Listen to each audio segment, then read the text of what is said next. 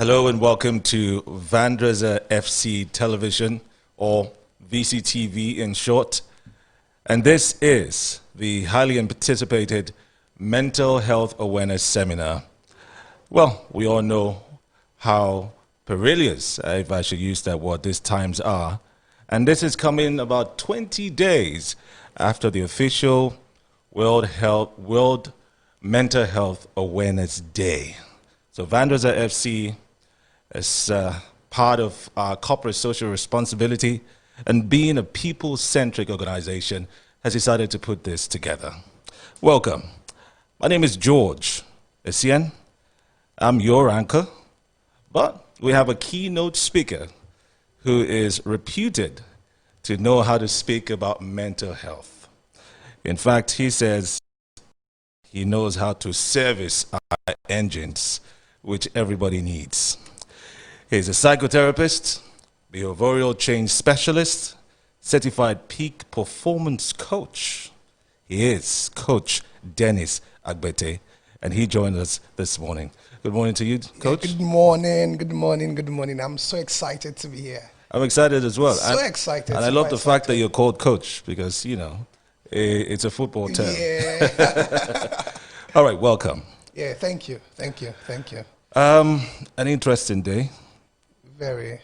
And amidst all that's been happening in Nigeria and the world as well, we're just trying to settle down from COVID-19, the effect of a COVID-19 pandemic. Yes. Nigeria has witnessed its own fair share of unrest. Yes. So this is definitely pertinent, right? Yes. It's really disturbing, and it's been difficult for many people. 2020, many people lost loved ones. You know, people had tragic experiences. People lost their lives, their properties, their businesses. Even just last week, a lot of looting, and you could imagine what a lot of business owners are going through. Casualties, fatalities. So different disruptions, different casualties, and so it's been a tough time for many people, and it's important that Vendressa FC is bringing this to people to learn how they can manage and cope with this pressure, these difficulties that is happening. Many things people face this year, they've never faced before. So the whole world had never faced this really before. You know, it's new to this generation. And people need to learn how to, you know, hold up and not break down in spite of the difficulties. Okay. Yes. All right. So this is going to be an interactive session. So we expect that you start sending in your comments and questions right now. Yes. Mental health, there are questions about it. There are people around you, you know, that you also question the mental health. But hey, the coach obviously is coming to tell us here that everybody needs to check him or herself from time to time. Yes. So go straight to our Facebook page, Vendressa Football Club, our YouTube page as well. You can get your comments there because we're streaming live on there as well on those two platforms. You can ask questions on any of our social media platforms. Of course, on Twitter, we are Vendressa FC _ on Instagram, Vendressa.fc. On Facebook as well is Vendressa Football Club. All right, so just check out all those platforms and start dropping your questions. Coach, let's get the show on the road. Yes, so we want to feel your pulse. Okay, so talk to us. Tell us how you feel so that we can meet you at the point of your need like this. So whatever you're dealing with, you can ask questions. You can give us feedback. If what we are saying resonates with you, let us know. We want to hear from you, okay? This is very good. It's going to be very interactive. So today, we want to talk about mental health, how you can maintain mental health. You were asking a question about who a psychotherapist is. Yes, that's right. Many people are just saying that word for the first time. Yeah. Like, you've heard of psychiatrists, psychologists, you know, psychotherapists. It sounds like the merger of a psychologist and a psychotherapist. Who is a psychotherapist? So a psychotherapist is a health professional who helps people heal and help them recover from emotional, mental, and behavioral problems that is not making them happy, that is not making them healthy, right? And it's affecting their results in life. So a psychotherapist helps you, heal from emotional issues. And let's give an example of a footballer. The footballer is playing ball and the footballer gets injured. And a footballer who is injured cannot perform well. Right? There's no how you want to perform. The same thing with your emotions. If you are wounded emotionally, you can't really perform well. You can't perform well as a father, as a mother. You can't perform well on your job. You can't perform well even as a sport person. So, and it's important that people heal emotionally. It's very, very important. They say hurting people hurt others. When you are hurting, you are going to hurt somebody else. And that's how people, there's this circle of being, you see someone who was raped as a child, he becomes a rapist himself. So it's important that that's what we do as psychotherapists. So let's look at mental health, right? When people hear about mental health, when they hear about the word mental health, what comes to their mind first is the fact that people think about the woman that is on the road that is mad. Medically, we don't use the word mad, but I won't just use layman language. You see, people think about the person who is naked on the road, probably wearing rags, eating from the dustbin, and that's what people think about when they talk about mental health. Or the young boy that is or young man that is in the psychiatry is talking to himself. But mental health is beyond just mental illness. All right, mental health really doesn't have to do with mental illness. Mental illness is part of it, but it's not just about mental illness. Mental health, according to the World Health Organization definition, mental health is not just the absence of mental disorder or mental illness.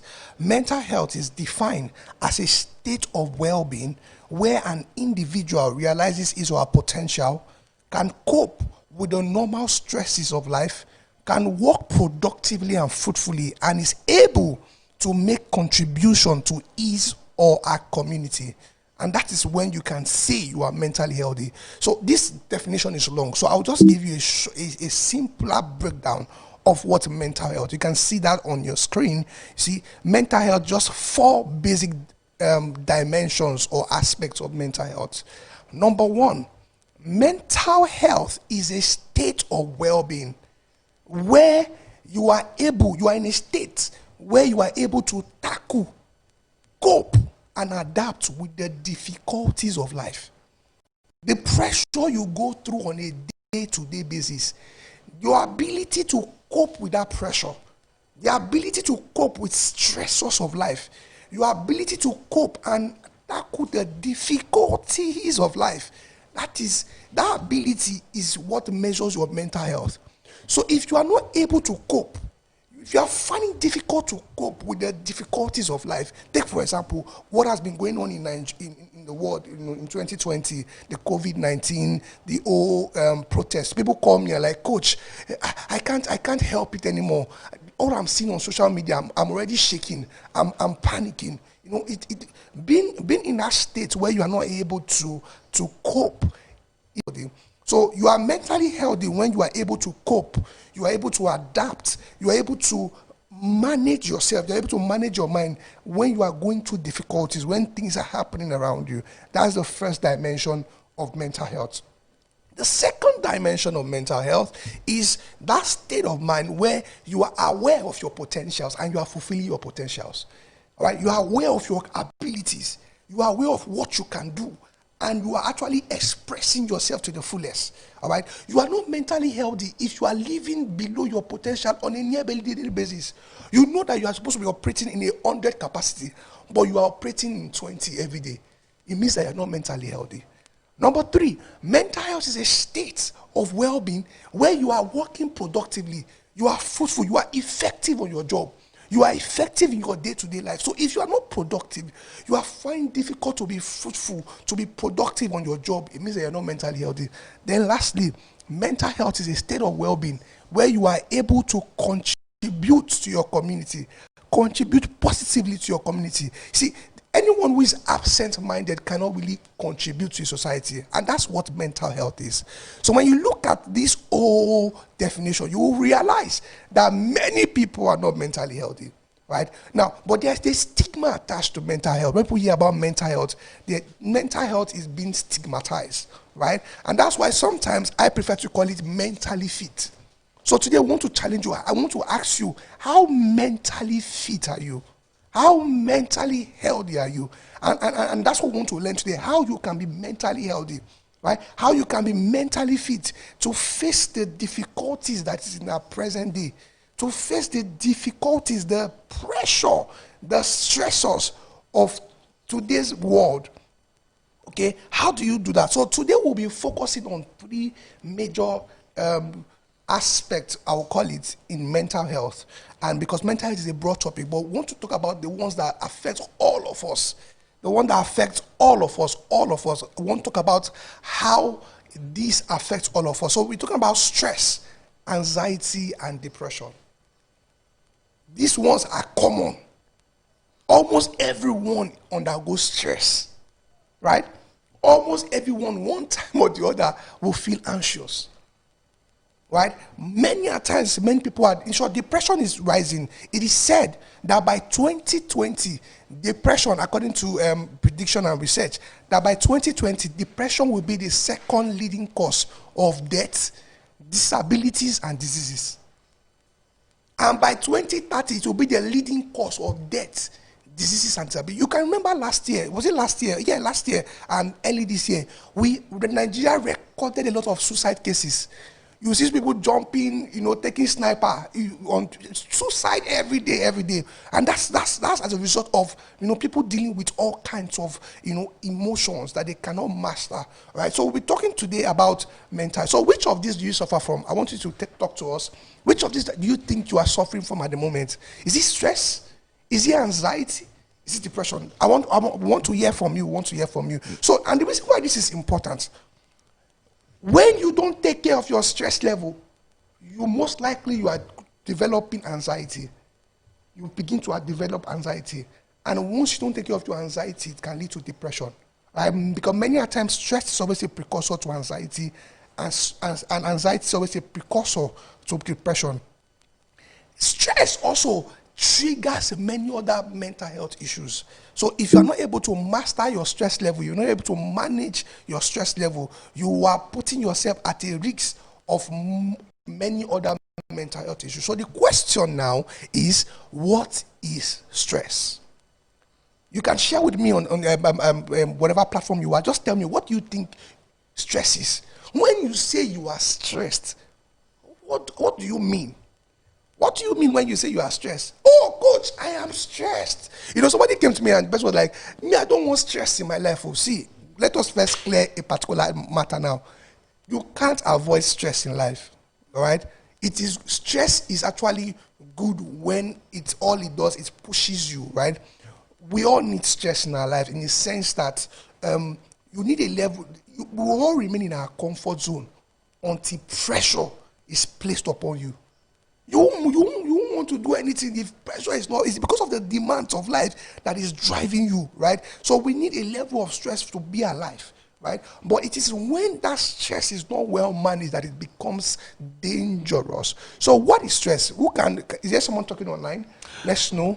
Just share with me what you think. When you say you are stressed, what do you mean? All right. Don't forget, you can drop your comments and questions on our Facebook platform, Vendressa Football Club. Yes. On YouTube as well, Vendressa Football Club. On Twitter at Vendressa FC _. On Instagram at Vendressa.fc. We have Kingsley here that says, stress means I have a situation that is beyond my capacity to cope with in the meantime. And Indifreke Udo says, stress, anxiety, and depression seems to go hand in hand. Okolawon Ayobami is that thing that pushes one to an extreme and almost at a point we can't cope. You see, and that is the popular understanding of what stress is, right? And once you begin to understand what stress is, it helps you to master stress and help you to stabilize your life. Do you know that the pressure that you go through every day is not stress? The whole COVID issue and the kind of way, the way it changed our life and it affected us, and the demand it's placing on us as a people, as individuals, as families, as organizations, that itself is not stress. Then what is? The bills rising that you can't like, this bills is too much. I'm not able to pay my rent. Price of rice is rising. Those things themselves are not stress. The way you feel when your team is losing, you know that way you feel. A very popular feeling, man. That feeling, those things themselves, whatever is happening to you, is not stress itself. The light world, the CN says, stress is when you overwork. So life events themselves cannot stress you. You are too powerful for life to stress you. So the question is, what is really stress itself? So life, whatever is happening to you, is at its best is what we call stressors. The pressure of life, the difficulties of life, the challenges you go through at work, in your family, in your relationship, in Nigeria, globally, the challenges we are going through, in themselves are not stress. We call them stressors. They have the capacity to trigger stress, right? What is stressing you? Stress itself is the way you are responding or reacting to what is happening to you. What is happening to you is called stressors. The way you are reacting and responding to what is happening to you is what is stressing you. The way you are interpreting and responding to what is happening to you is what is giving you stress. So we say it this way: you are less stressed by what is happening to you, but you are more stressed by the way you are interpreting and reacting to what is happening to you. So stress is your body and mind response to what is happening to you. And here's the good news: the way you interpret and react to life is under your control. You may not be able to control what is happening to you. You may not be able to control what is happening in Nigeria.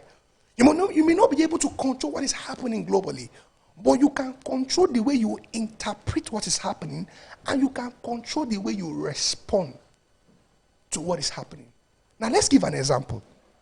Many of us in Nigeria, we are conversant with traffic.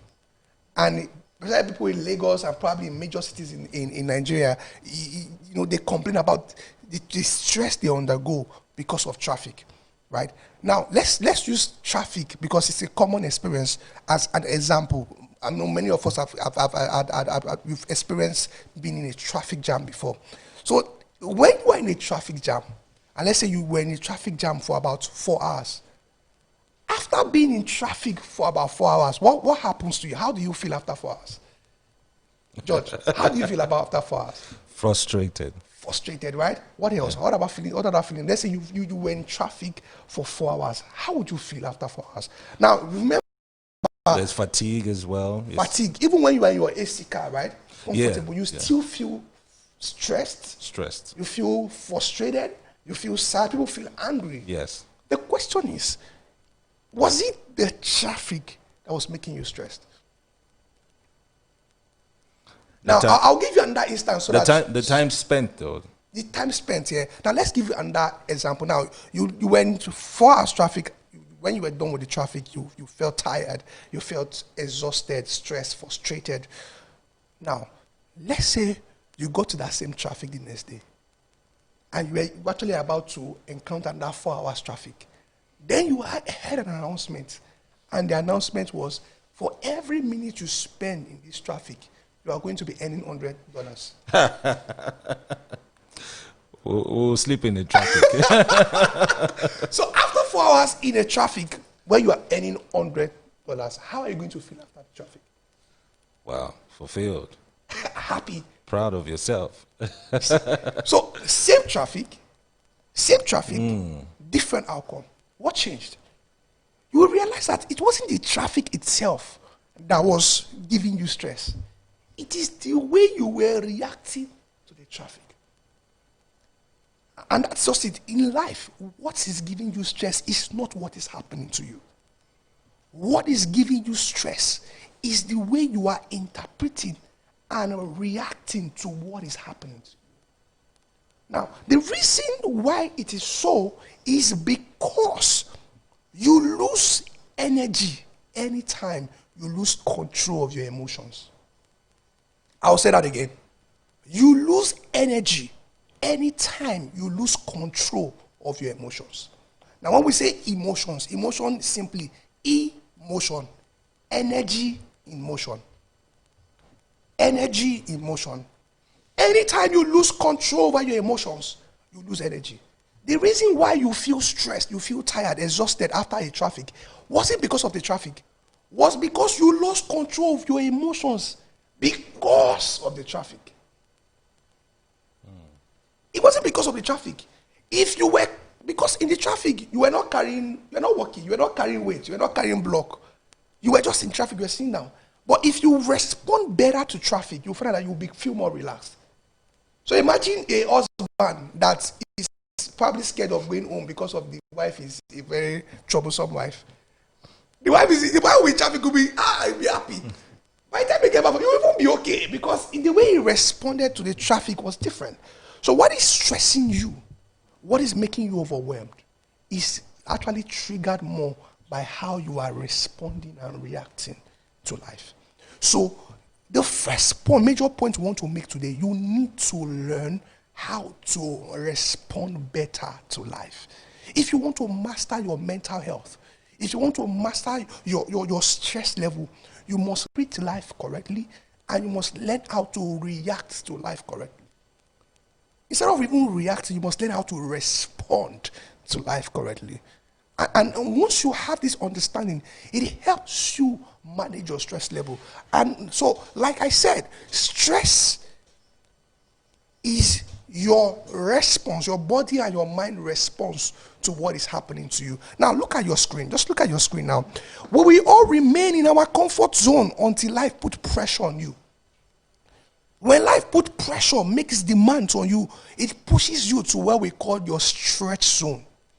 Many a times, when we complain that life is stressing us, what life is actually doing is that life is stretching you. Now, if you don't respond well to the stretching that life is giving you, you are going to enter into the mode. See the red mode, we call it the panic zone.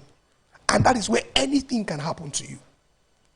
So the more you respond better to life, the more you interpret life better, the better it is for you. All right? So let's look at why stress is even dangerous. Why, when you don't manage your stress level well, why it is it becomes very dangerous. Now look at your screen. The man on your screen, the name of this man is Professor Ansalaya. Professor Ansalaya is the father of pathology. He's the man who coined the word stress. Now, he is a pathologist and he has conducted over 1,000 autopsies. Autopsy is what they do when someone dies. The kind of test they do for the person to know why the person died. That's what autopsy is. Now, so this man has conducted over 1,000 autopsies. Now, I want you to read. We are going to read together what this man said. Now, what the man said is written on the screen. You can read along with me as I read. Professor Ansalaya said, "What makes me so certain that the natural human lifespan is far in excess to the actual one is this. Amongst all my autopsies, and I have performed over 1,000, I have never seen a person who died of old age yet." He said, "In fact, I do not think anyone has ever died of old age." He said, "We invariably die because one vital part of our body won out too early in proportion to the rest as a result of stress." Can you imagine that? After he conducted over 1,000 autopsies, he realized that people don't really die of old age. People die because one vital part of their body has worn out too early as a result. Now, there's a popular man in Nigeria, I won't mention him, that died some years ago. He died at the age of 62. An autopsy was conducted on him. That, when I say autopsy, I mean the test that was they conduct for people who died to know why they died. So a test was conducted on him, and the autopsy was conducted on him, and they found out that he died of heart attack. But for that test was conducted, and they found out that his heart was 104 years. He died at 62. Was 104 years. Now there's what we call chronological age, and there's what we call biological age. Chronological, maybe you are 25. That's your chronological age. I'm 26 years old. I'm 28 years old. I'm 35 years. That's your chronological age. But your organs are aging differently. It's called biological dating. There are some hospitals you can go and check the biological age of your organs. You can check the biological age of your heart, the biological age of your lungs. For some people, they are 28, but their lungs is already 74. Depending on the level of stress they are going through. You see someone that is 45, but the heart is already 58. Because of stress. Your organs are aging differently as a result of stress. The level of stress your organs are going through determine the level they are aging. And then people, that's what Professor Ansalaya is saying, that people don't die because of old age. They die because one vital part of their body has worn out too early. The word here is worn out too early as a result of stress. So let's look at this more. Now, research has shown, and this is by the Center for Disease Control in the US, that 75 to 90% of all doctors' visits is stress related. 75 to 90% of all doctors' visits is stress related. Why is this so? The body, the mind, and the emotions are connected. Whatever is happening to your mind will show up in your body. Whatever is happening in your emotions will show up in your body. Right? So let me show you something. Let me show you something. How negative emotions affect your organs. To show you how. So anger is an emotion of the liver. When you get angry anyhow, you hold anger in your heart. I'm angry. I dey vex for this guy. I dey vex for my wife. I'm angry with my boss. I'm angry with my coach. I'm angry with my fellow Disney. When you abhor anger, you are affecting your liver. You are wearing out your liver. The more angry you get and the more anger you sustain in your system, you are affecting your liver. Let's see this slide again. Bitterness affects the gallbladder. Grief and sadness, they are affecting your heart and your lungs. When you sustain grief. Now, I'm not saying emotion. We are going to get there. Emotions are not bad or good, right? But we are saying when you sustain them for long in your system, and when they become overwhelming, they begin to affect your organs. Vulnerability, low self-esteem, fear. Let me show you a more detailed slide, right? Look at hatred. Hatred. You hate somebody. You cruel. You are wicked. You have a wickedness in your heart, and you are impatient. You are affecting your heart and your small intestine. Anger, frustration, jealousy, envy, they are affecting your liver, your eyes, and your gallbladder. Fear, they are affecting your kidney. Worry and anxiety affect your pancreas, your stomach. You are stressing those organs of your body, in your body. Sadness, depression, guilt, grief, they are affecting your lungs, your skin, and your life. Whatever is happening in your emotions, they will show up in your body. If not resolved, they will show up in your body. And that's why it's important that we begin to take care of our mental health, our emotions. Pay attention to our emotions. All right? So that's how dangerous, let me not use the word dangerous, the word is dangerous. That's how dangerous stress is if it's not managed. Now let's look at examples of stressors. We said what is happening to you is not stress in itself. What is happening to you is a stressor, right? It's how you are responding to what is happening to you that actually gives you stress. So examples of some stressors, we have loss of life. When you lose a loved one, it could pose as a stressor. When you lose your business, you lose a client, and you're under pressure to pay bills. You lose, even losing a match, right? When you're at the club, you lose a match, you will start feeling. Some people you say, "Coach, I'm depressed." And like, why are you depressed? My team has lost for the past 3 weeks. It's not making me happy. Because why? Because you're actually emotionally attached to your football club. Yeah? And whenever they lose, your emotions go down. Right? So loss and grief are stressors. And if you don't react well, you don't interpret these things well, and you don't react well to them, you don't respond well, it could be pose stress. Role loss, right? Social status can even be a source of stressor. Right? A source of stress, sorry. Losses in physical capacity and reserve, anything lost causes stress. Right? Pressure from work. Your bills are rising. Right? Before you pay this one, you earn money, maybe you are earning a particular salary. Before 10th of the next new month, the salary is gone. And you're under pressure. How am I going to survive? Those things can pose as stress. So what determines your stress level is your response. Don't forget that. What determines your stress level is your response. Now, this stress, when you feel stressed, those stress and emotions are actually biochemicals in your body. I tell people, emotions are not reasonable. You say, "Coach, why? How would you say emotions are not reasonable?"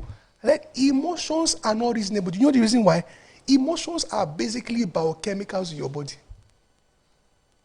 They are just hormones in your body. They're not reasonable. When you feel angry, what is just happening to you? You have anger hormones in your body. When you feel stressed, you have stress hormones that are released in your body. And let me give you a typical example.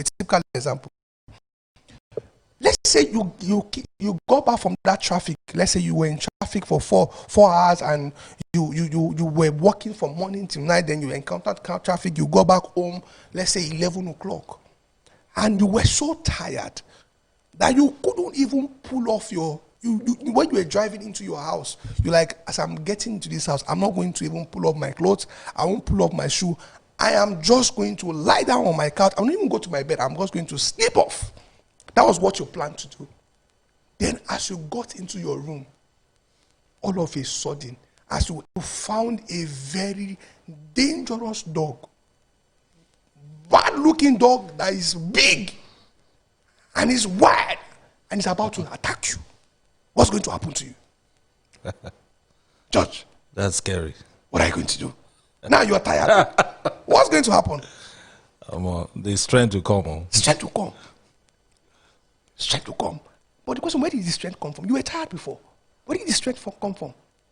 The strength came from a biochemical release in your body called adrenaline. The same way when you are stressed, they are just biochemicals in your body. When you are angry, biochemicals in your body. When you are frustrated, biochemicals in your body. When you understand that emotions are chemicals, it helps you to know how to regulate yourself. Emotions are not feelings. They are feelings. Or the reason why you feelings. feel that way are because of the chemicals that are pumped in your body. So when you understand that, it helps you know that, okay. You don't now respond just based on how you feel. You respond based on what are the facts. And that is where the whole concept of emotional intelligence comes from, right? Emotions, chemicals, emotions, stress are just chemicals in your body. And when you understand this, it helps you manage this thing. And so let's look at symptoms of stress. Stress affects your body, your mind, your emotions, and your behavior. So many of the symptoms people go through, and they're like, "Oh, coach, I feel so much headache. I feel this." Okay, a woman came to, I had a session with a woman and some years ago, and she had this constant knee pain, right knee pain.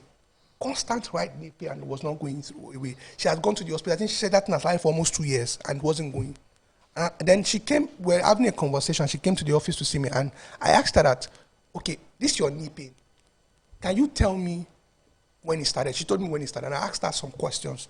We now found out that the reason why she was having that new pain was because she had that unresolved problem with her wife, with her husband. So she had a quarrel with her husband concerning a particular decision she wanted to make. Now, she later accepted what the husband wanted, but in her mind, she still had that problem, that grudge against her husband. And she has nursed that grudge for more than 2 years. And because she has not resolved that emotion, it was reflecting in her body as knee pain. Now, the right side of your body represents authority. Your knee represents moving forward. So that woman was having emotional conflict over moving forward with an authority figure in her life, which is her husband. And she didn't resolve that emotion for too long, otherwise it's showing up in her body. Emotions, stress that you don't resolve for too long will show up in your body. Will show up as body sickness. Do you know that in some hospitals today, especially in advanced countries, before they take people through surgery, they take them through either forgiveness therapy or normal therapy. Do you know why? They found out that when people are bleeding emotionally, they have higher possibilities to bleed more during surgery. Remember I told you, your emotions are connected to your body. And that's the reason why stress will show up in your body. So symptoms of stress, we have headache, frequent infection.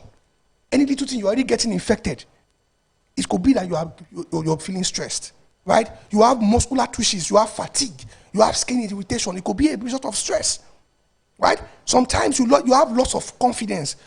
When you are stressed, you make more mistakes when you are stressed, right? You feel depression, you feel apprehension. These are symptoms of stress.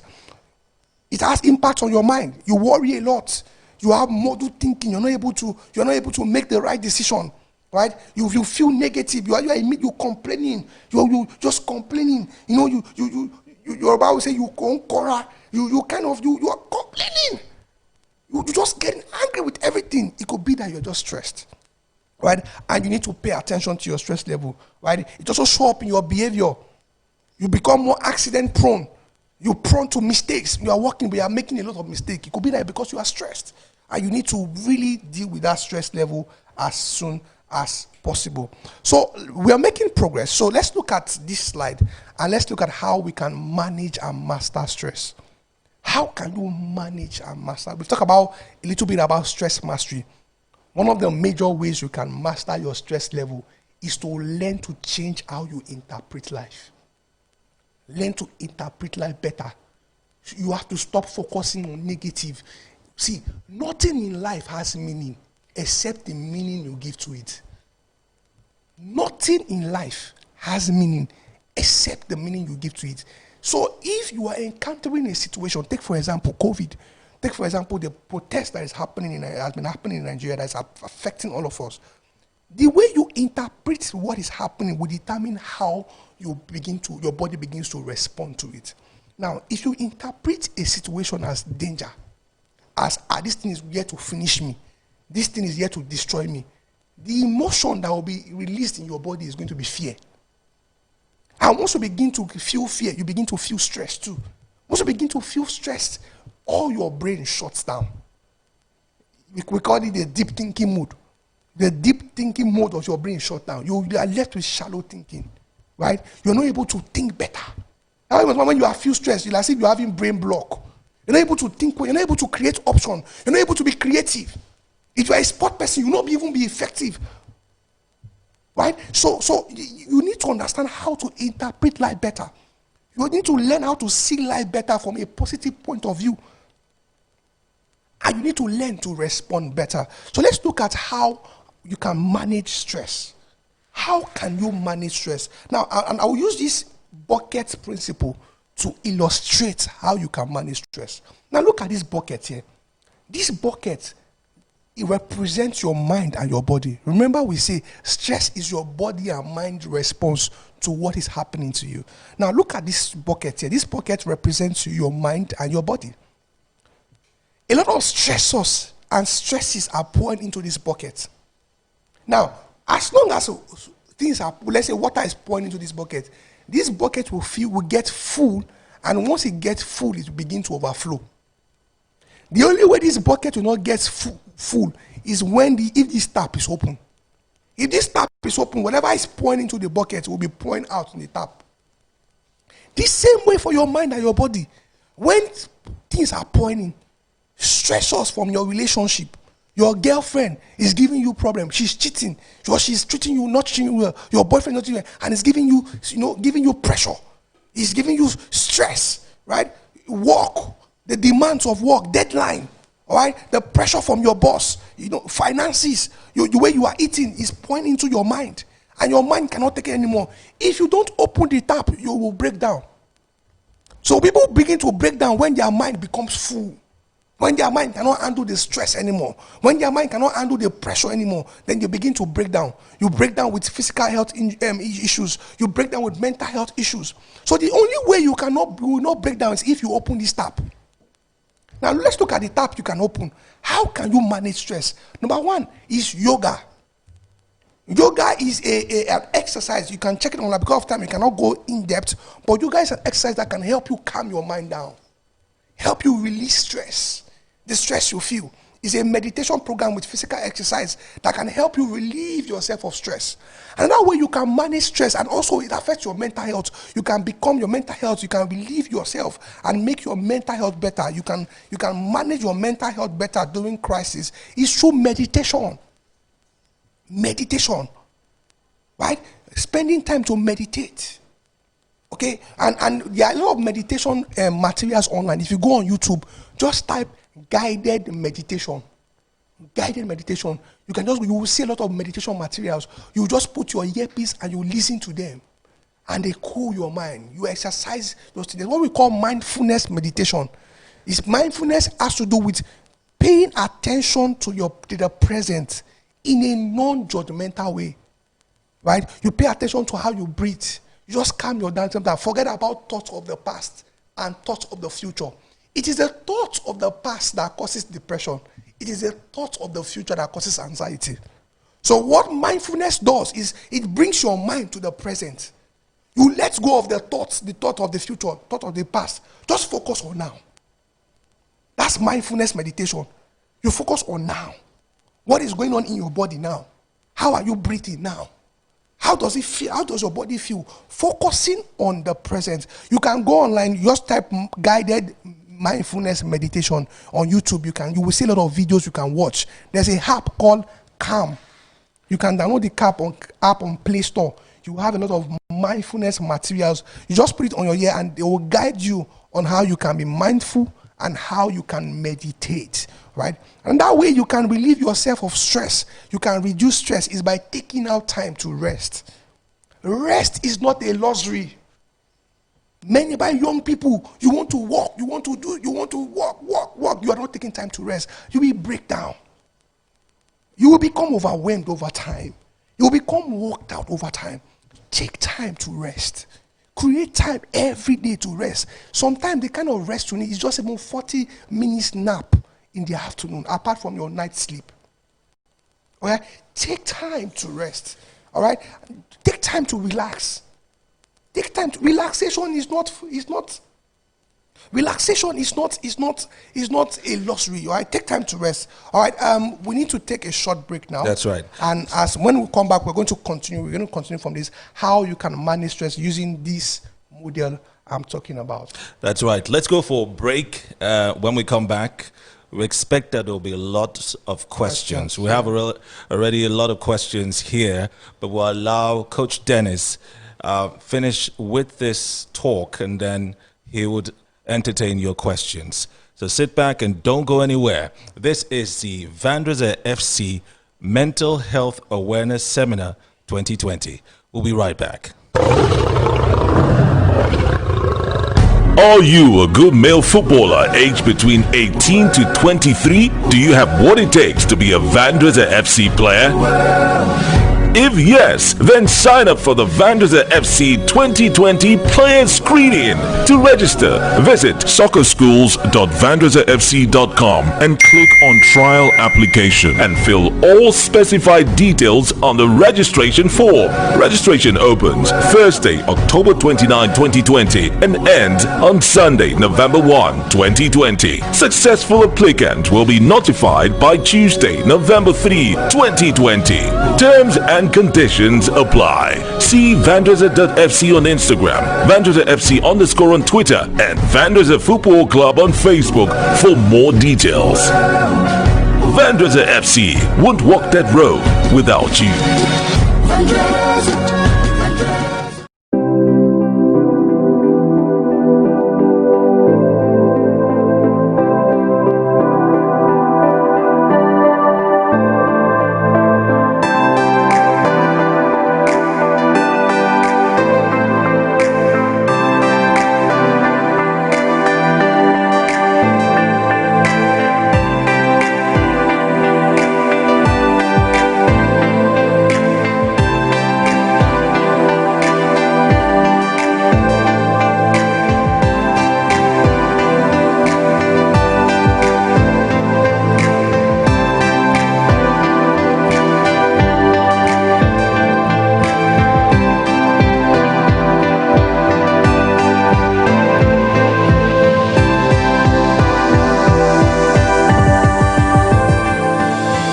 Do you know you can make money as a Vendressa FC supporter? Yes! Just sign up and start earning. Step 1. Visit store.vendressafc.com. Click on Refer and Earn. Step 2. Fill in your details and register, or log in if you have an account already. And Step 3. Copy your referral URL. Share to your friends and start making money. You get a flat rate of 1,000 Naira credited to your bank account per jersey purchased via your referral link. What are you waiting for? Hurry now.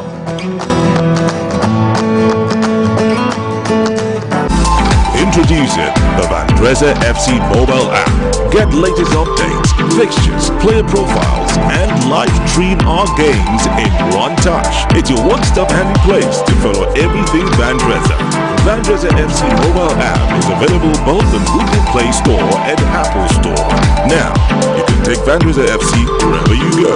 Vendressa FC won't walk that road without you.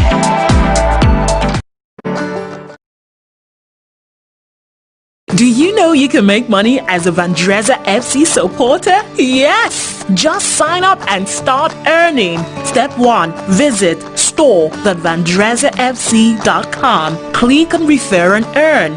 Step 2. Fill in your details and register, or log in if you have an account already. And Step 3. Copy your referral URL. Share to your friends and start making money. You get a flat rate of 1,000 Naira credited to your bank account.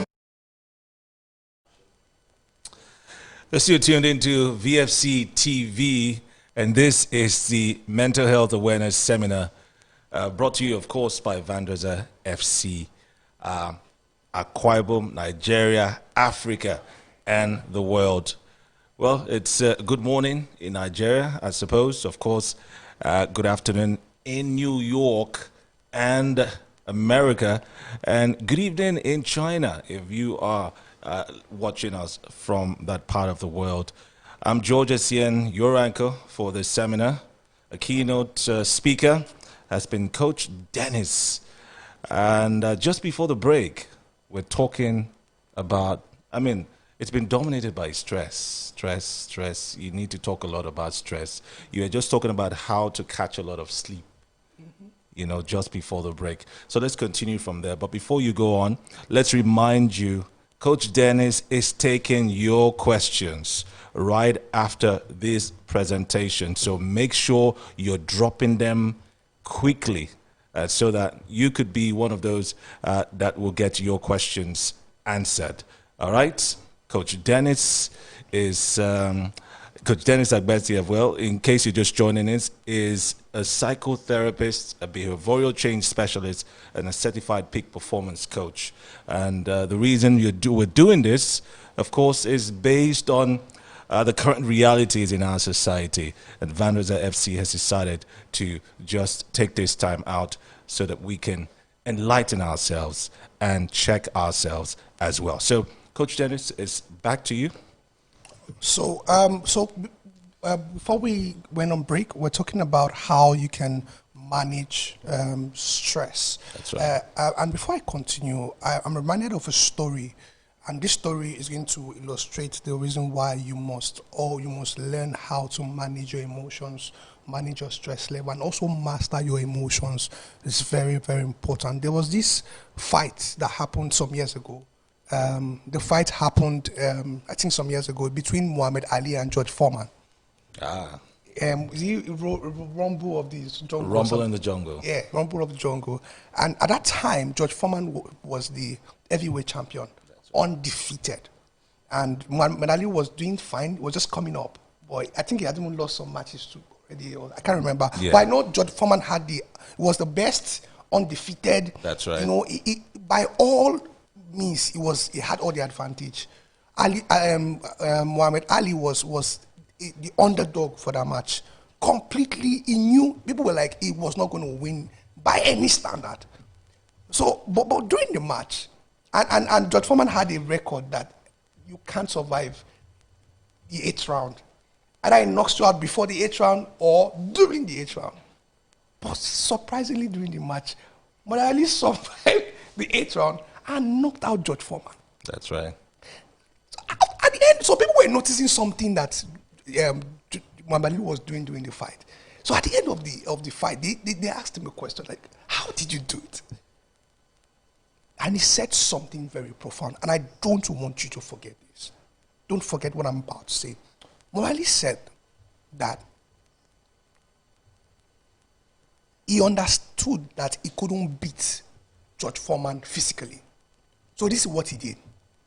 During the fight, as they were fighting, anytime Muhammad Ali had the chance to have his ear go close to his mouth go close to George Foreman's ear, you know what he was saying? He was saying, I sting like a bee. I float like a butterfly.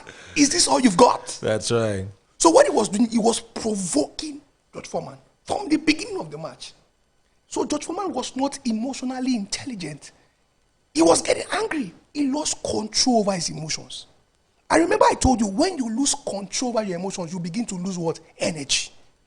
So during the match, he became very furious. So he was dissipating all his energy because he was angry. He lost control over his emotion. By the time he got to the 8th round, he was tired. He was exhausted. Beyond that, he has already lost guard. He became fighting. And that was how Muhammad Ali knocked him out. And yes, the lesson here. Whoever controls your emotions, control your life. Whoever and whatever controls your emotions, control your life. Muhammad Ali was able to control the emotions of George Foreman. And that was how Muhammad Ali was able to knock him out. Wicked people know this. They know that they can't catch you until they get you to lose your emotions. So they will keep provoking you. They will keep, someone that is wicked will know, so as long as you lose control, you are gone. You lose spiritual energy, physical energy, emotional energy, sexual energy when you lose control over your emotions. And you can control your emotions.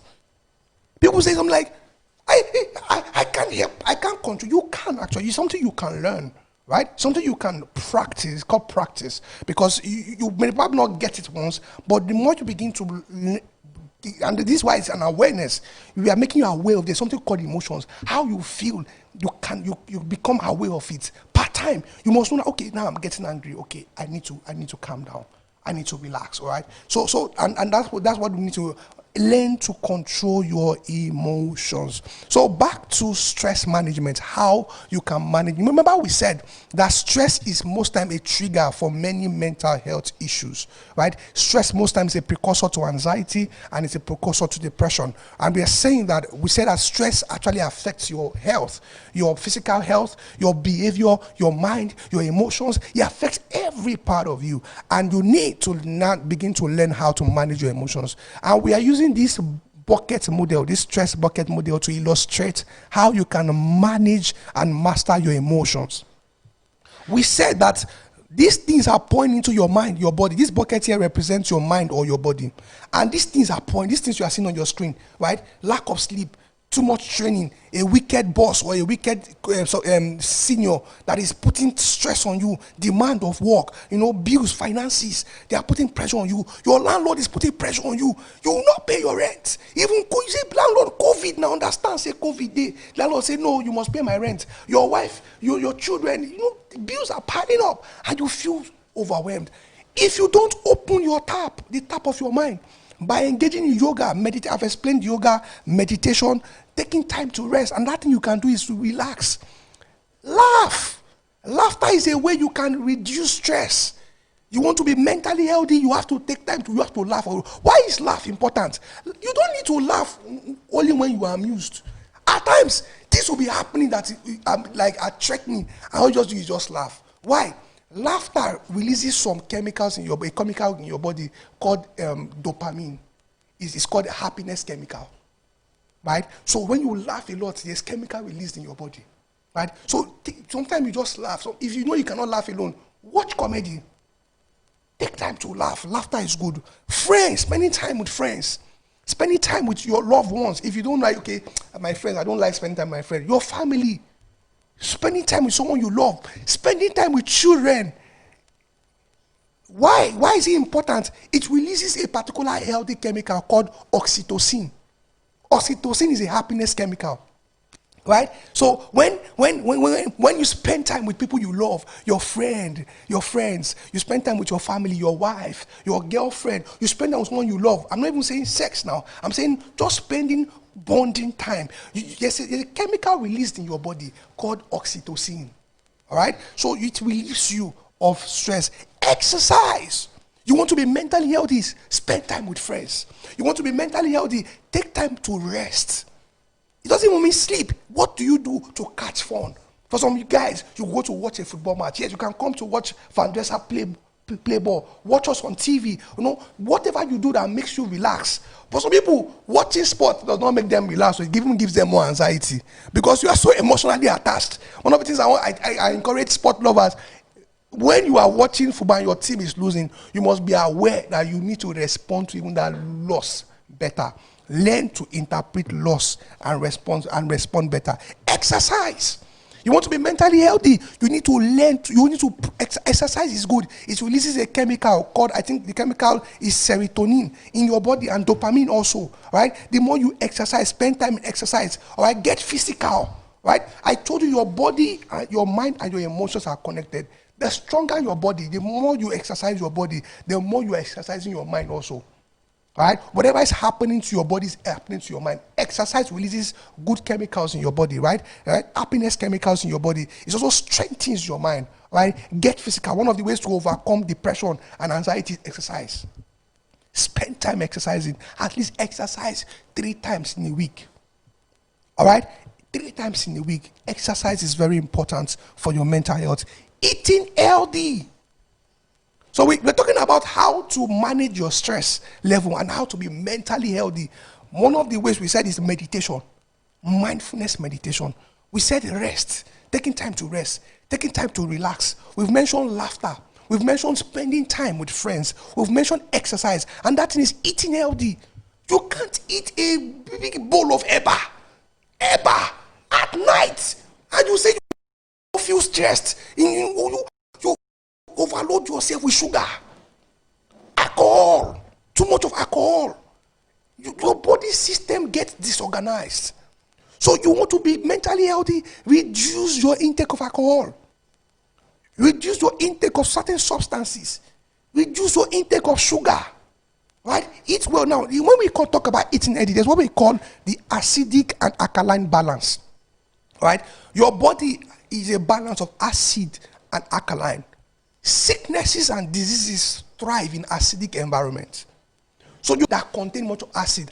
Sugary food contain more acid, right? But foods like vegetable, they alkaline your body. They make you feel better, more healthy. All right? They help your brain work well. See, mental health issues are actually biological and structural imbalances in your brain. Right? So when you eat better, you are helping those balance. You are helping those your mental or your brain structures, right? Eating healthy, take more vegetables, take more fruits, reduce your sugar intake. When you eat too much carbohydrate, okay, take for example, at night you load yourself with akpu or whatever you eat, you're struggling, you can't even sleep. How can you respond better to life when you are you eating too much? Right? Eat healthy, all right? Eat healthy. Sleep. In Nigeria, yeah, even in your sleep, people are fighting. Why are you fighting? You have to take time to sleep. All right? 8 hours sleep per day is very important. Right? Then during the day, just take a nap, even if it's just 30 minutes nap. Sleep is one of the ways you can relieve yourself of stress. So sleep, young men. Do you know that the rate of depression in men are higher than women? Because men, you like to prove, I'm a man. Or they say, be a man. Men don't cry. See, don't be a man. No. So men can cry. Yeah, men can cry. Men should cry. Men should cry. All right? Men should express their emotions. Release those chemicals in your body. All right? Now, men, you must understand that it is okay not to feel okay. It is okay not to feel okay. Right? When you are feeling, get help. Right? One of the things I encourage you is get a psychotherapist.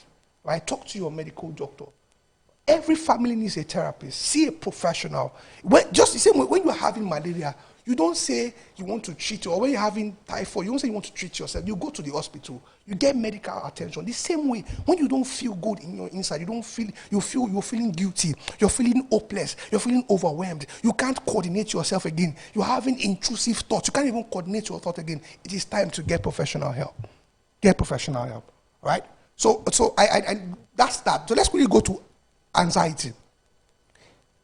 We all feel anxious, right? Let's say you are getting late to work, and you know that if you get late to work, you are going to get queried. You will definitely feel anxious. So anxiety is that feeling you get when you are probably about to go for an interview or write an exam. That feeling of apprehension, that feeling of rush, that feeling of hastiness. We feel that way once in a while, but it becomes a problem when you feel that way over many things and you can't even control it. Or when you feel that way for a long time, it now becomes we call it anxiety disorder. And there are different anxiety disorders. Because of time, I will not be able to go into them in depth. We have what we call the generalized anxiety disorder. We have obsessive compulsive disorder. The generalized anxiety disorder is the feeling of anxiety over a wide variety of things for most days, for a long period of time. You just keep feeling anxious. You feel worried. And that thing is, the next one is the obsessive compulsive disorder. You have ongoing, unwanted, or intrusive thoughts that is making you, engage in some rituals. You see someone at any little thing, she wants to go and wash her hand. And this whole thing started because of the anxiety of COVID.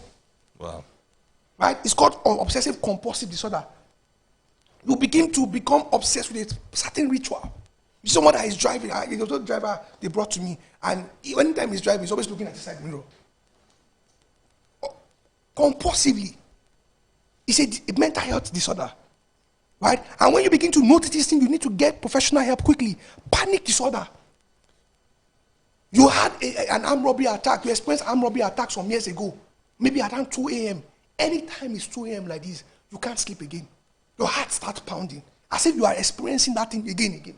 Sometimes it's accidents. People, they had accidents. Accident happened to them, let's say, 13 years ago. And anytime they are on the road, see their heart pounding. Or anytime they pass through that road, their heart begins to pound. They begin to have palpitation. Panic attack could also be, that's not even, that's post-traumatic stress. Panic attack would be, you have an interview. All of a sudden, you can't take your body begins to shake. Your heart begins to pound. You are running to the toilet to start vomiting. People have that kind of attack. When you are looking at I don't know. But actually, it's a common thing. I know that people do that, but so panic disorder. People have panic. We call it panic attack. Now the problem is this. When I was younger, I didn't know about these things, and I was having panic disorders, and I thought I had a heart problem. I can remember being on that ECG machine. Even medical doctors didn't know. They took me through all kinds of tests. They found out that this guy, nothing is wrong with your heart. Your heart is beating well. But I said, my heart, they do me what kind. My heart was it was, but I couldn't read. I couldn't go to a school. My heart, I was not okay. It was panic. It was the mental health disorder. And many people have this type of experiences. So people having panic issues. So in a way, you're speaking from experience. Yes. I used to be seriously anxious. You become to a point your chest will so be tightened. You can't even breathe well. And it's just this anxiety. So that's panic disorder. Panic disorder. And when it's recurring itself, we have social phobia, fear of driving, fear of heights, fear of this. Unreasonable fears. Sorry, we are saying unreasonable, but when we look at it, when you look at that, unreasonable fears, fear of darkness. Once you are in the dark, you start to shake. It's a mental health issue. And the earlier you attend to this, the better. We have post-traumatic stress. You lost your dad. Maybe someone they brought to me, the father died in her hands. Oh. And she has not been able to recover from that shock. So that's post-traumatic stress. There are different ways people. So these are anxiety disorders, and the earlier you pay attention to this, the better. I tell people that don't get to a point where you need to see a psychiatrist. By that time, your case may be a sorry case, because many a times people live on those medications for life. People that live on a particular injection because anytime they stop it, they relapse. Don't wait until that time. And that's why we encourage you, start to take your mental health seriously. Nigerians and Africans have this culture. Until you break down, you will not seek help.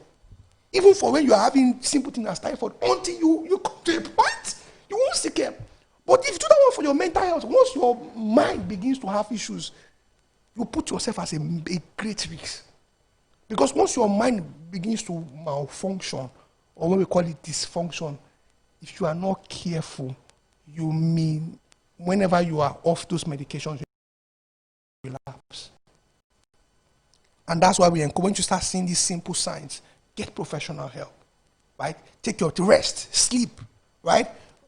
So there are symptoms of anxiety. We have your heart pounding, shortness of breath, dizziness, headache, dry mouth, you are having nausea, you are always vomiting, any small thing you vomit, it could be that you're just anxious.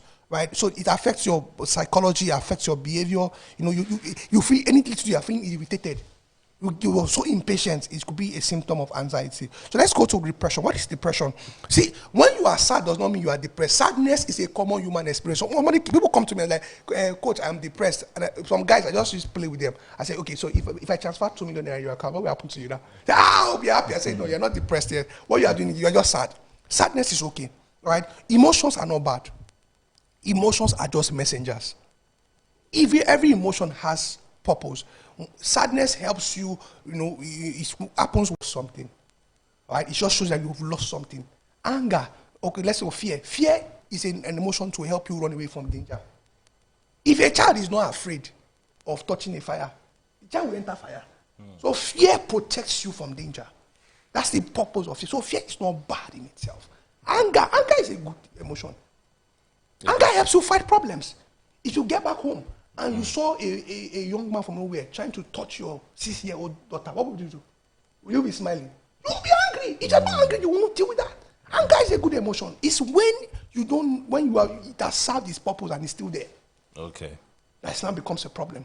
When it now becomes prolonged, or it becomes something that you cannot control again, that it takes over your logic. All right? That's when it becomes a problem.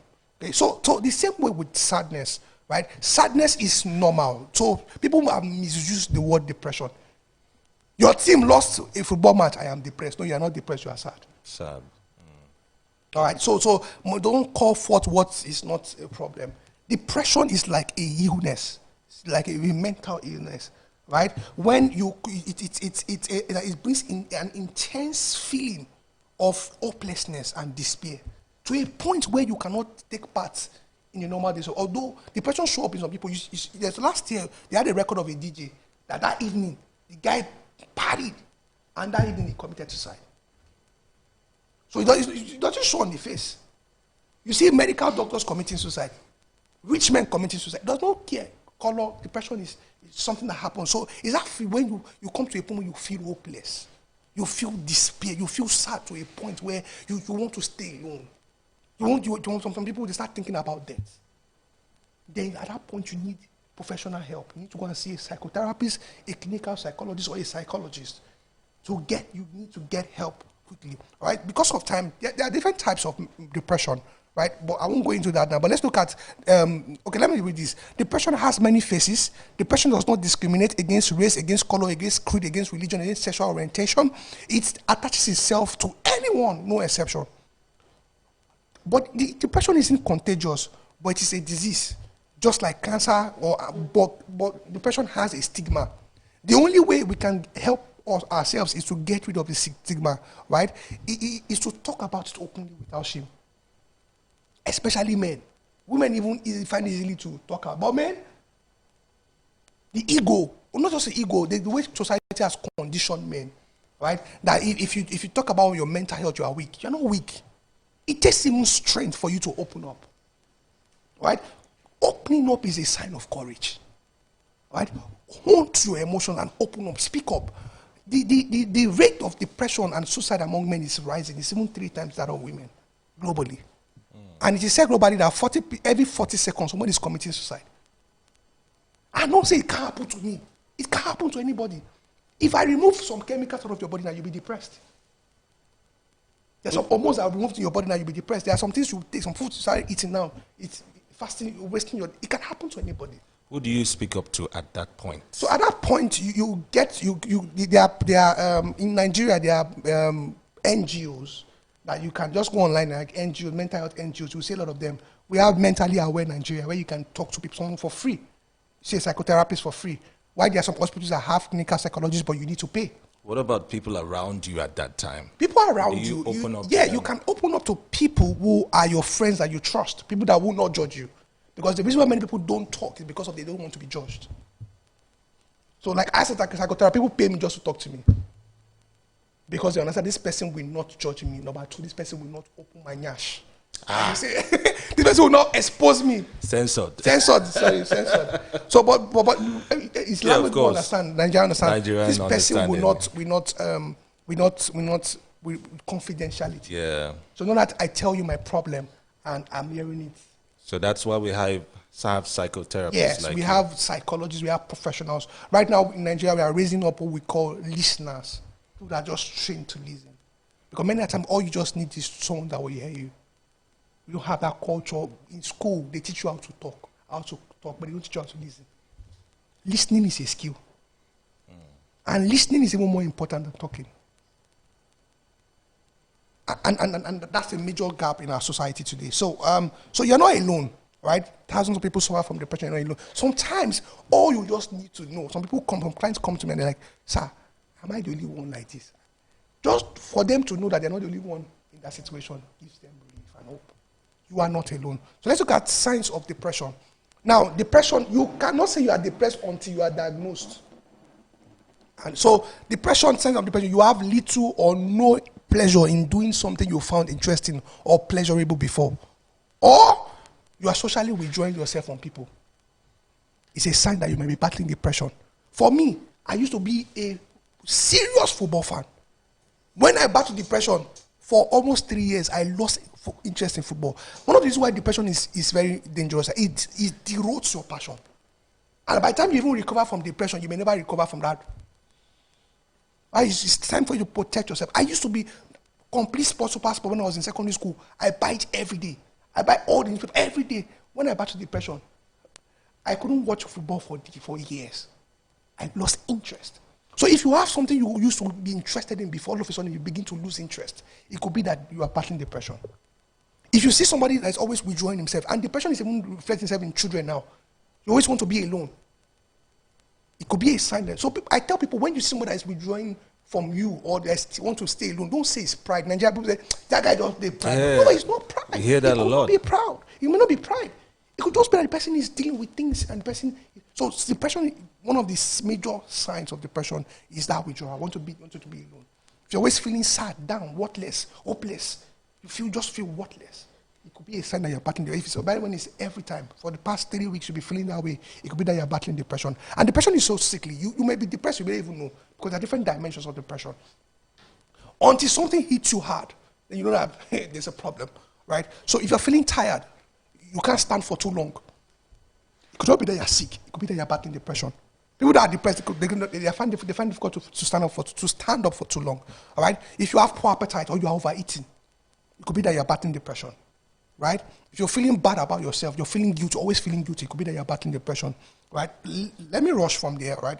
The other things are on the screen. So warnings of suicide, because I want to get somewhere before I round up. Warnings of suicide. Warning signs of suicide. If you see someone that is, or you're always hoping that something bad happens to you. You are driving just with, I wish accident would just happen now. It's a sign that you are suicidal. You are threatening. You see someone that is threatening to kill or hurt himself. Any small thing.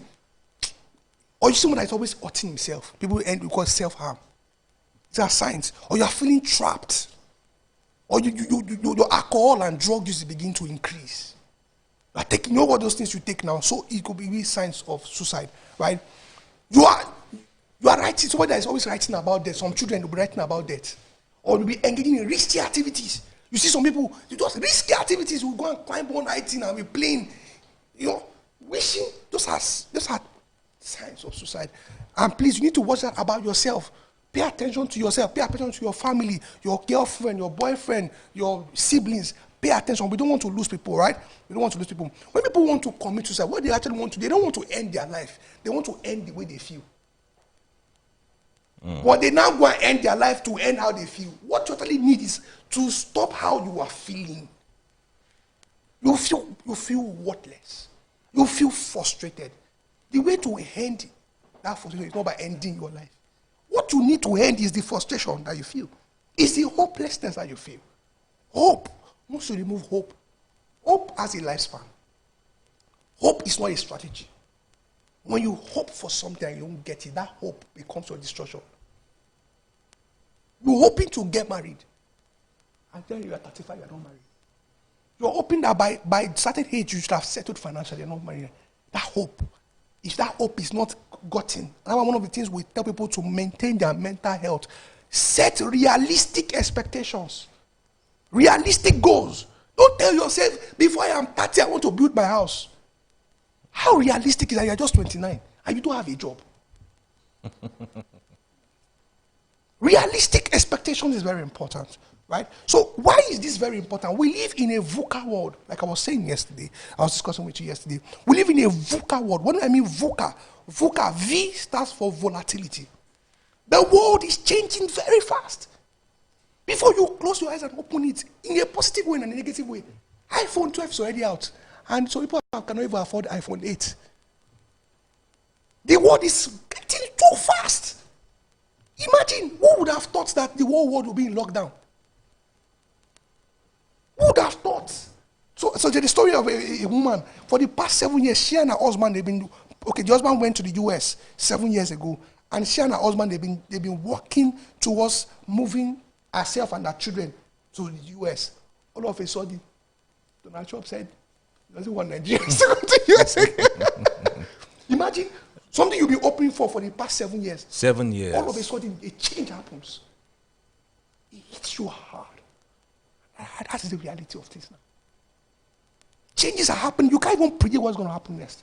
And that's why people are getting stressed. People are getting depressed. People are getting anxious. Mental health issues are rising. Because change is happening. And your brain, your mind is not designed to accept change easily. Your mind actually fights change. And because of that resistance, it breaks you down. And that's the reason why we are coming to you. Vendressa FC is coming to you to tell you that you need to manage your mental health. You need to pay attention. You need to become stronger. I'm going there quickly. I want to get there before I round up. So, and that thing is, the world is getting complex. Complexities in the workplace.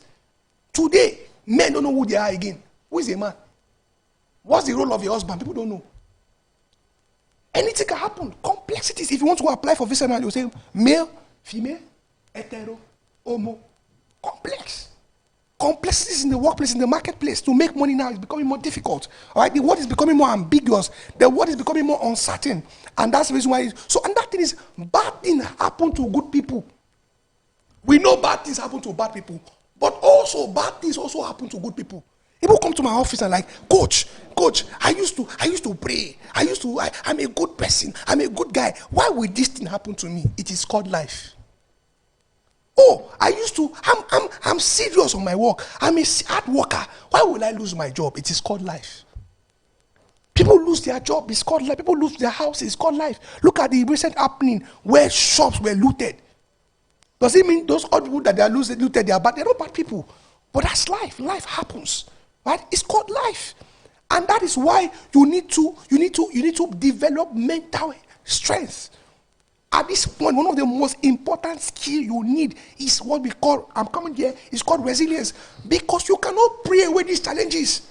You go to mosque, you go to church, and you are praying. No, you can't pray away. These challenges will come. The prayer point should be that you get strength to survive, to thrive. Right? And that's why we are coming to you today. We are saying that your heart must not be heavier than your brain. Your feeling must not be heavier than your thinking. Because if you don't prepare, you will despair. If you don't prepare for the challenges ahead, we have seen 2020, you see what happened. If you don't prepare for the next coming years, you are going to despair. See, life is not going to get easier. You are the one that will get stronger. Don't forget what I just said now. Life is not going to get easier. You are the one that will get stronger. And that's why we have come to challenge you this today. Whether it's morning or afternoon in your place, we have come to challenge you that it's time to train your brain. It's time to develop your mental strength. Because the days coming ahead might be difficult. Your life is not going to get easier. The way the world was, George, the way the world was when you were 12 years old, and now, which one is easier? Your life when you were 12 years old, now, which one is easier? That time, That time is easier. Yes, sir. Life is not going to get easier. It's going to get, so the reason why your life will become easier is because you will become stronger. It is time for you to build mental strength. So my question to you today is, how prepared are you?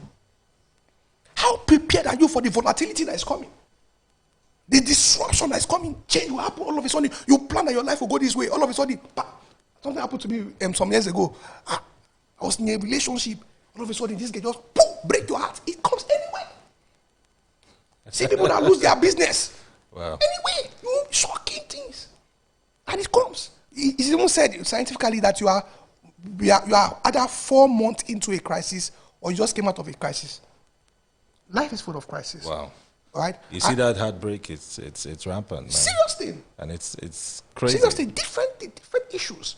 So, and that's why we have come to it. That's why we brings us to a point where we call resilience. Resilience.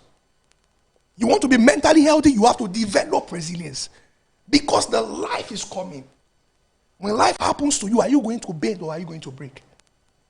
Because life will happen to all of us. Crises will come. Difficulties will come. But are you going to break or are you going to bend? That's the concept of resilience. When you throw a ball on the floor, a basketball, what happens to the ball? The ball bounces back. And that's the concept of resilience. When life throws you down, your ability to bounce back. When you feel anxious, you feel sad, you feel frustrated, your ability to bounce back from that frustration. Your ability to bounce back from sadness, to bounce back from disappointment, to bounce back from frustration, from trauma. Bounce back. That's the concept of resilience. Resilience is your ability to bounce back from the difficulties of life. COVID has happened. People lost their jobs, lost their businesses, lost loved ones, lost a lot of things. The question is, how are you going to bounce back? Developing this capacity and practicing bouncing back. Somebody said, it's not the number of times that you fall. It's the number of times you rise again. Rise. And that's what you need now. You want to develop resilience, develop your ability to bounce back. And not just bounce back easy, fast. Because the longer you stay in that state, the more difficult it becomes to come out. Right? Look at this picture. Look at this. I want to show you a screen. This is the picture of a young plant growing on a difficult soil. That depicts resilience. Your cap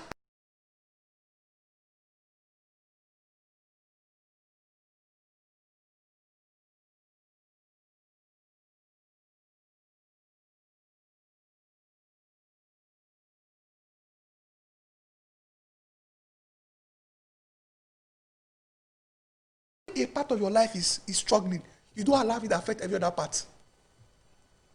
Oh, at work, your boss is giving you stress. Because of that, you now went home and go and destroy your children. You transfer the aggression on your children. Resilience is that you understand that when one part of your life is struggling, it doesn't mean that every other part of your life is struggling. That's resilience, right? So that's resilience. So let's look at a definition of resilience, a more concise definition of resilience. So resilience is your ability to adapt well to change and keep going. And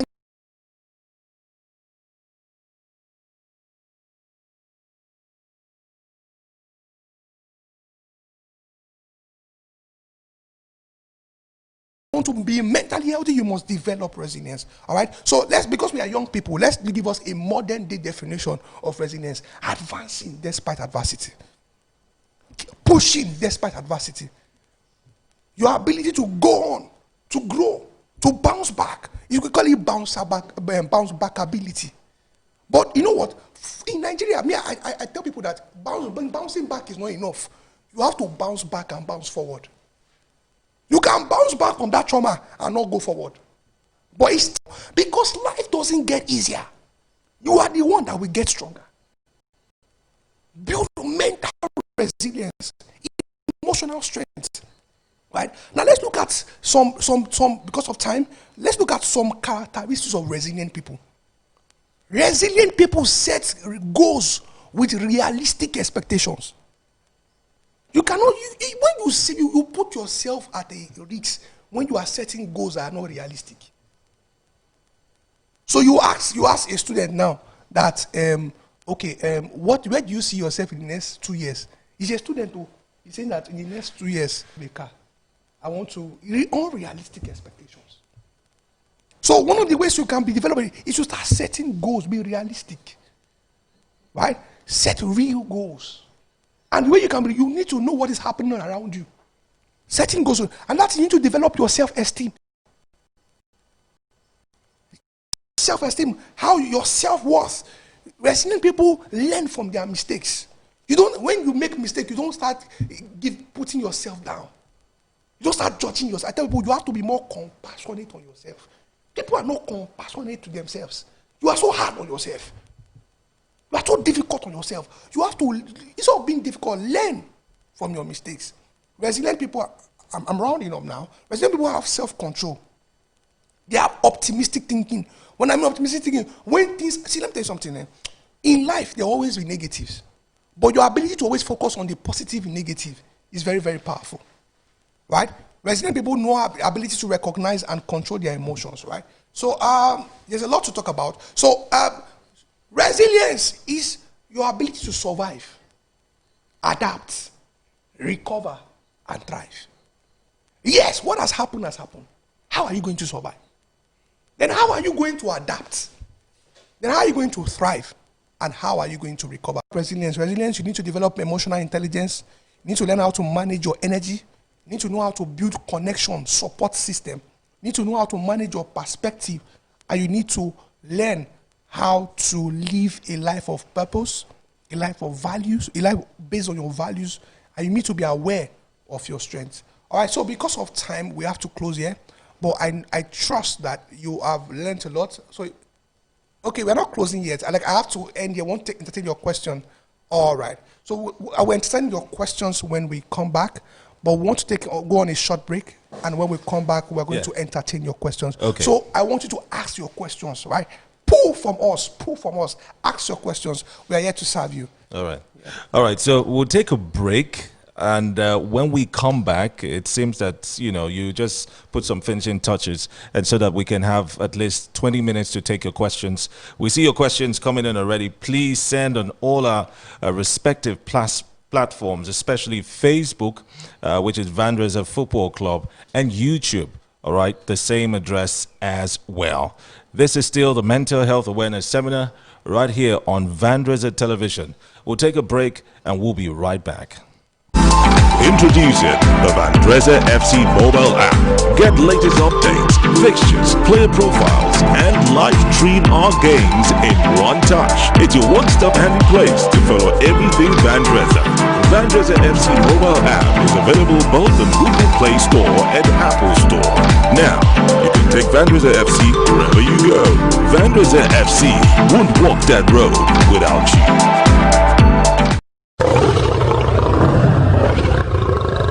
Are you a good male footballer aged between 18 to 23? Do you have what it takes to be a Vendressa FC player? If yes, then sign up for the Vendressa FC 2020 player screening. To register, visit soccerschools.vendressafc.com and click on trial application and fill all specified details on the registration form. Registration opens Thursday, October 29, 2020 and ends on Sunday, November 1, 2020. Successful applicant will be notified by Tuesday, November 3, 2020. Terms and conditions apply. See Vendressa.fc on Instagram, Vendressa FC _ on Twitter, and Vendressa Football Club on Facebook for more details. Vendressa FC won't walk that road without you. Do you know you can make money as a Vendressa FC supporter? Yes! Just sign up and start earning. Step 1. Visit store.vendressafc.com. Click on Refer and Earn. Step 2. Fill in your details and register, or log in if you have an account already. And step 3. Copy your referral URL. Share to your friends and start making money. You get a flat rate of 1,000 Naira credited to your bank account per jersey purchased via your referral link. What are you waiting for? Hurry now.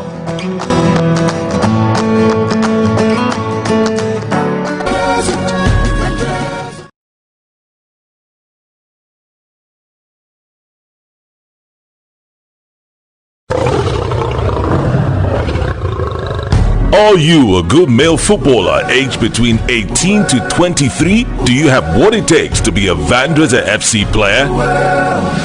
If yes, then sign up for the Vendressa FC 2020 player screening.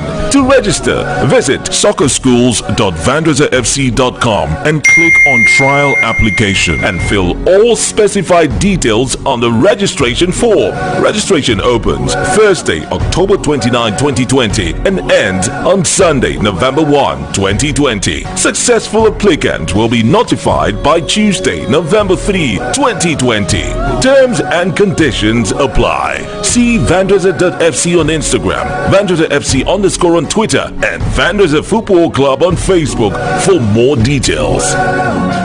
Vendressa FC won't walk that road without you.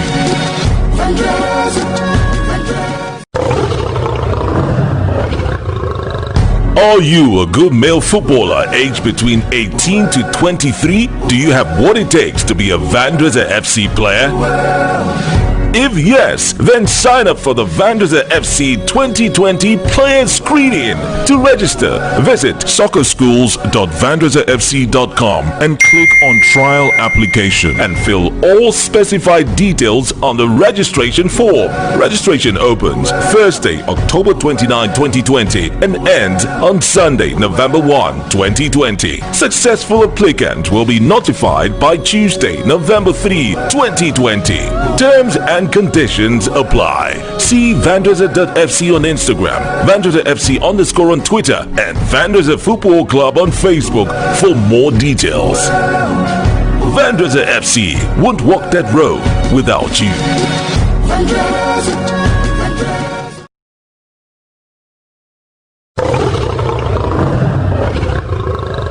Are you a good male footballer aged between 18 to 23? Do you have what it takes to be a Vendressa FC player?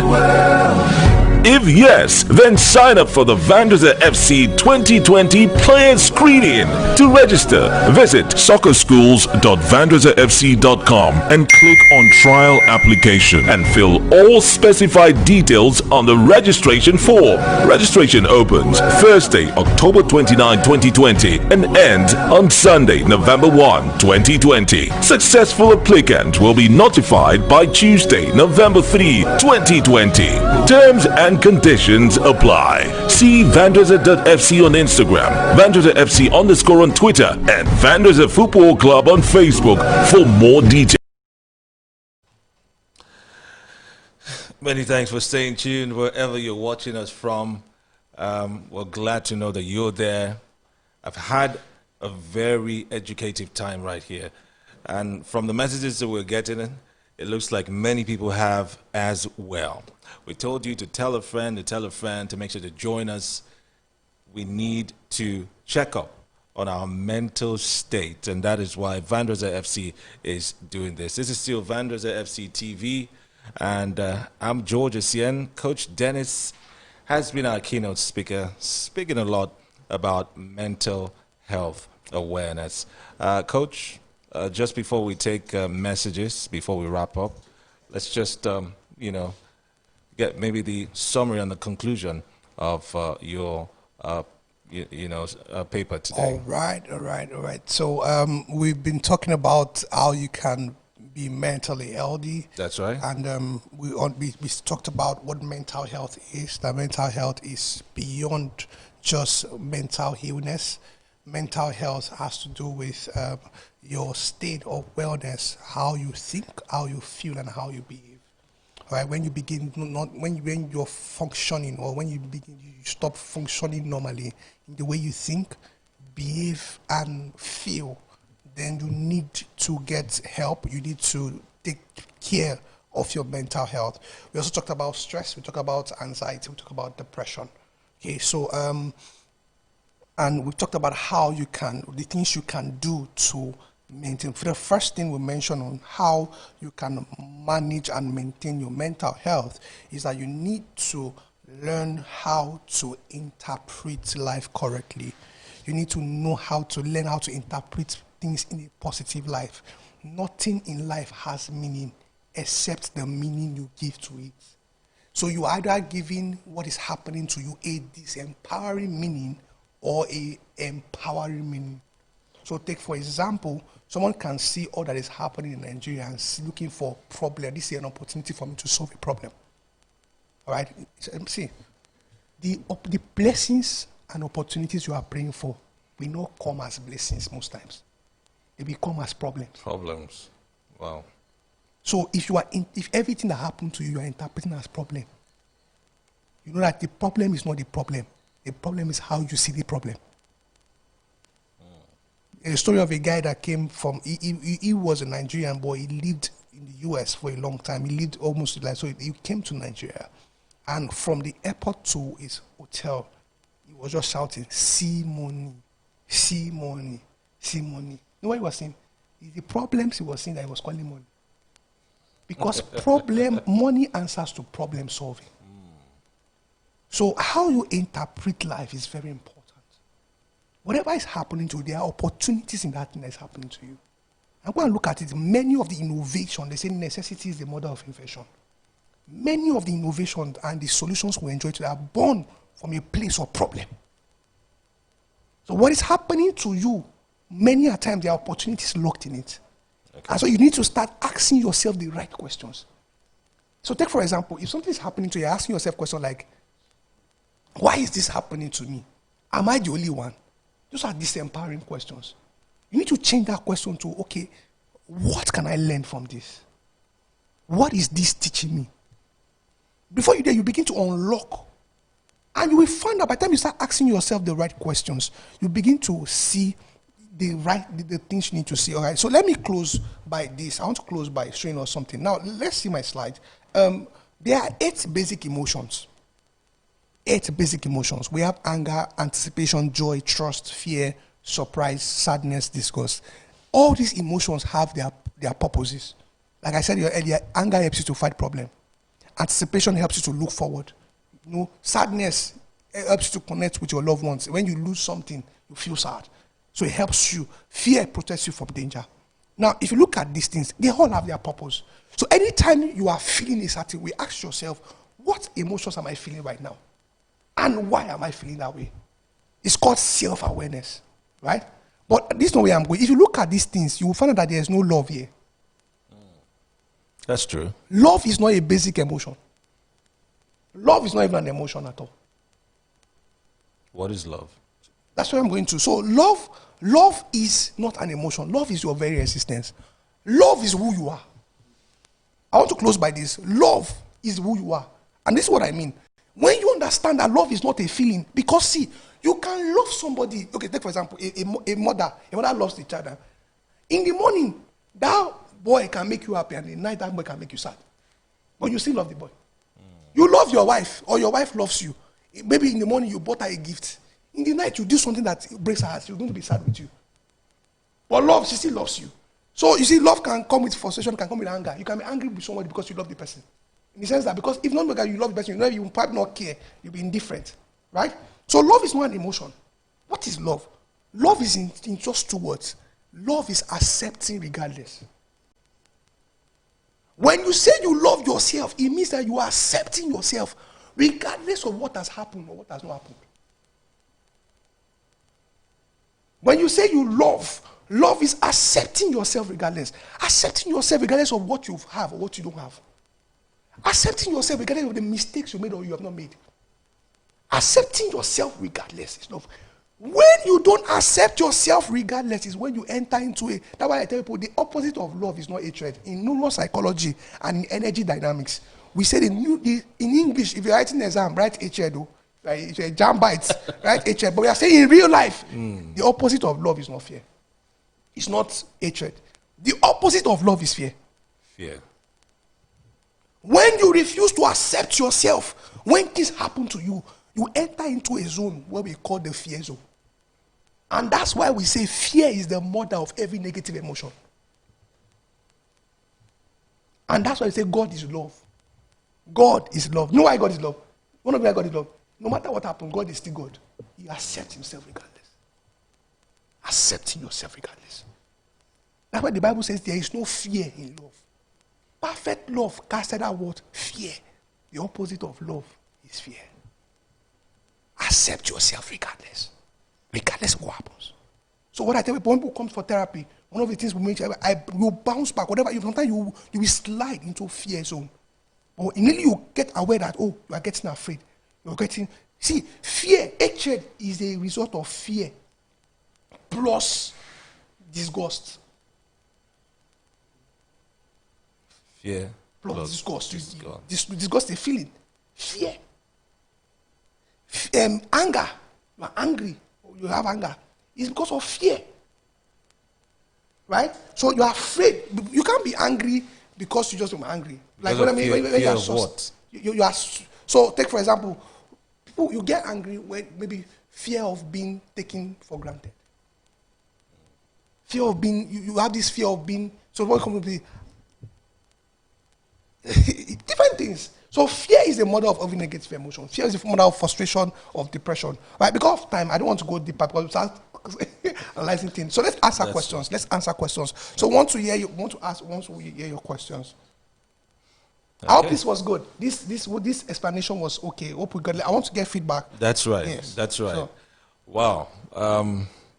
We definitely have learned a lot, and so we're about to find out what you have learned and what you also seek to learn more. Yes. Right here. We'll take your questions. Because of time, we'll just do a random selection of the questions that we have. We'll first go to our Facebook page, Vendressa Football Club. And, well, thank you. Ayeyemi, thank you very much for the accolades. Okonawa Ayobami, thank you very much. Says very enlightening. And also we have Okonawa Ayobami says, stress is a thing that pushes one to the extreme and most to the point when we cannot cope. All right, still trying to talk about what stress is. And he asks, does it mean that stress and good reaction to stress is a sign of good mental health? good reaction to stress is a sign of good mental So, health. so yeah, that's what we are saying. Your ability to react, to respond better to stressors, not stress now, to stressors, what is Stressors. happening to you is a sign of good mental Okay. health. Yeah. All right. Or a sign Emmanuel of mental health. Benedict Idemefe on Facebook says, chronological age and biological age. Wow. He's mesmerized about that. You know, for those who didn't get it, in just 30 Okay, seconds, so we what's the said difference? chronological age when when you celebrate your birthday. Oh, I'm 28, I'm 29, I'm 30. That's your chronological age. But your organs are aging differently. So your organs, so we call that one the biological age of your organs. So and there are hospitals in Nigeria where you can go and do what they call biological dating. It's called biological dating, where you can get the real age of your organs. So you can be 24 But, and you're long years old. wow. So that's the biological age of your. This so one it's says- important that you should. That's why we are encouraging you to manage your stress Manage level. your stress. So we're not saying you may not even get stress, but when you see the symptoms of stress, you do the things we have asked you to do. Right? Take time to sleep. Okay. Eat healthy. Right? Go for exercise. Spend time with loved ones. You know, take water. So that your biological age will be your biological age, right? All right. We're expecting comments. Our friends, we see people watching us from the UK. Thank you very much. Thank you About for joining 15 in. people. We can see you. But let's have your... Well, most of the comments we're getting is that very enlightening, very enlightening. Now, Ayo says, can poor mental health be caused by spiritual forces? So many a times in Africa we have a culture when we can't whatever we cannot explain, we mystify. So years ago when they were killing twins because they couldn't explain that.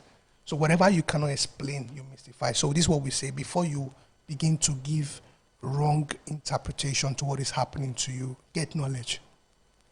Now, is it possible that those So I'm forces... coming there. I'm coming there. So this is what I will say about that. There is no force that can affect you without your permission. Are you talking spiritual Yes, now? yes. There's no force that can. So take for example, let's talk about spiritual causes.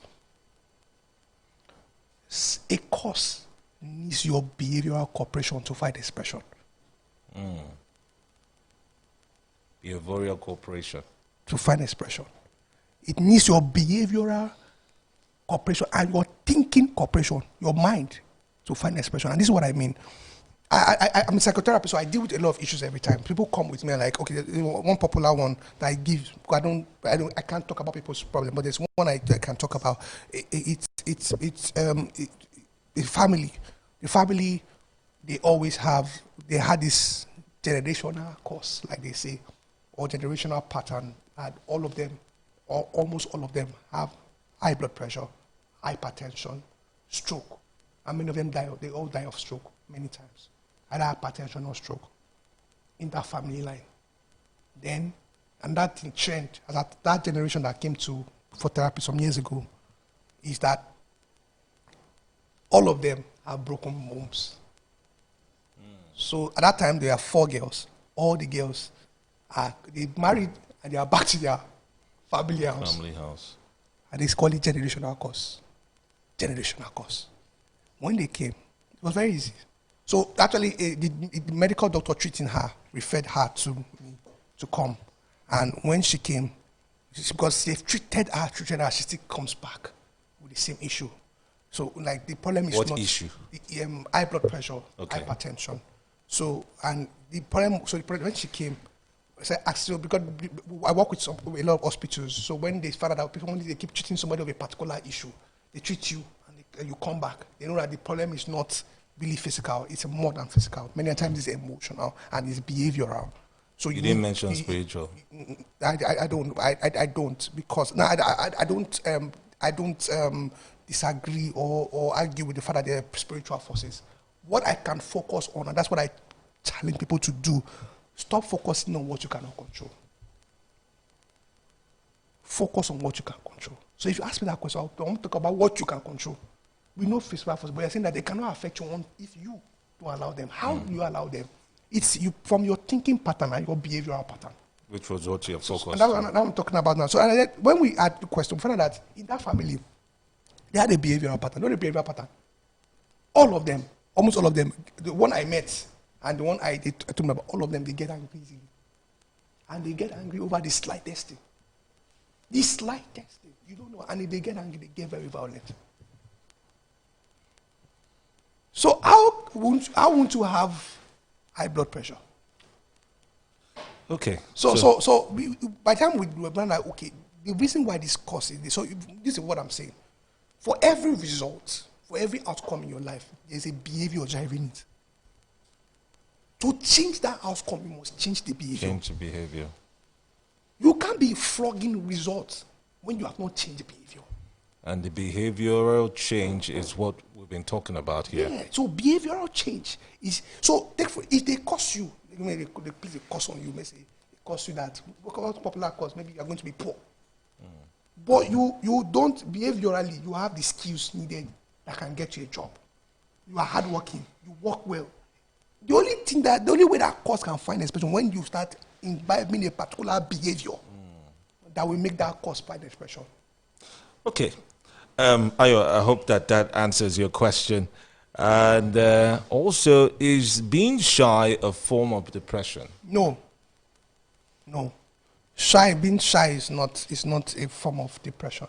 It could be different reasons. So it could be your upbringing. It could be your personality type. Some people, their personality. So everybody have different personality types. So the personality type could be one of the weaknesses of your personality type, right? It could be your upbringing. It could just be your experience. So we are wired differently, right? So, but you can overcome that. You can overcome that. Shyness is something you should strive to overcome. Yes, you should. You should if you want to. If you really want to be successful and live your life to the fullest, you need courage and boldness. And the higher you go, the more you need it. Okay. All right. So strive to overcome shyness. That's what it's called, right? Shyness. Yes, shyness. Okay. Well, there's always this something phobia that is attached to it. No. For being shy may not be. Yeah, it's rooted in fear. Fear. But it may not be a phobia. Okay. Kingsley said. It could be a phobia too, because some people are just scared of crowd. Oh, that is the phobia. Yeah, there's even what we call social phobia. I think part of anxiety. Yes, you talked about it. Scared about social gatherings. People they are so afraid of criticism. Criticism traumatizes them. You are so scared of criticism that you don't want to be. You're scared of embarrassment. Now everybody don't want embarrassment, but if you are embarrassed for the next 3 months, you have not recovered. Wow. Then it's a problem. Okay. Kingsley says you've got a colleague who has judged that you've adjudged that he's not mentally fit. You've tried to help, but he keeps refusing your help. How do you manage this? Well, how do you even help that kind of person, though? So there's what we call psychological first aid. Psychological first aid, we encourage, it's a skill everyone needs to have, just the way you have first aid box in every house or in every organization.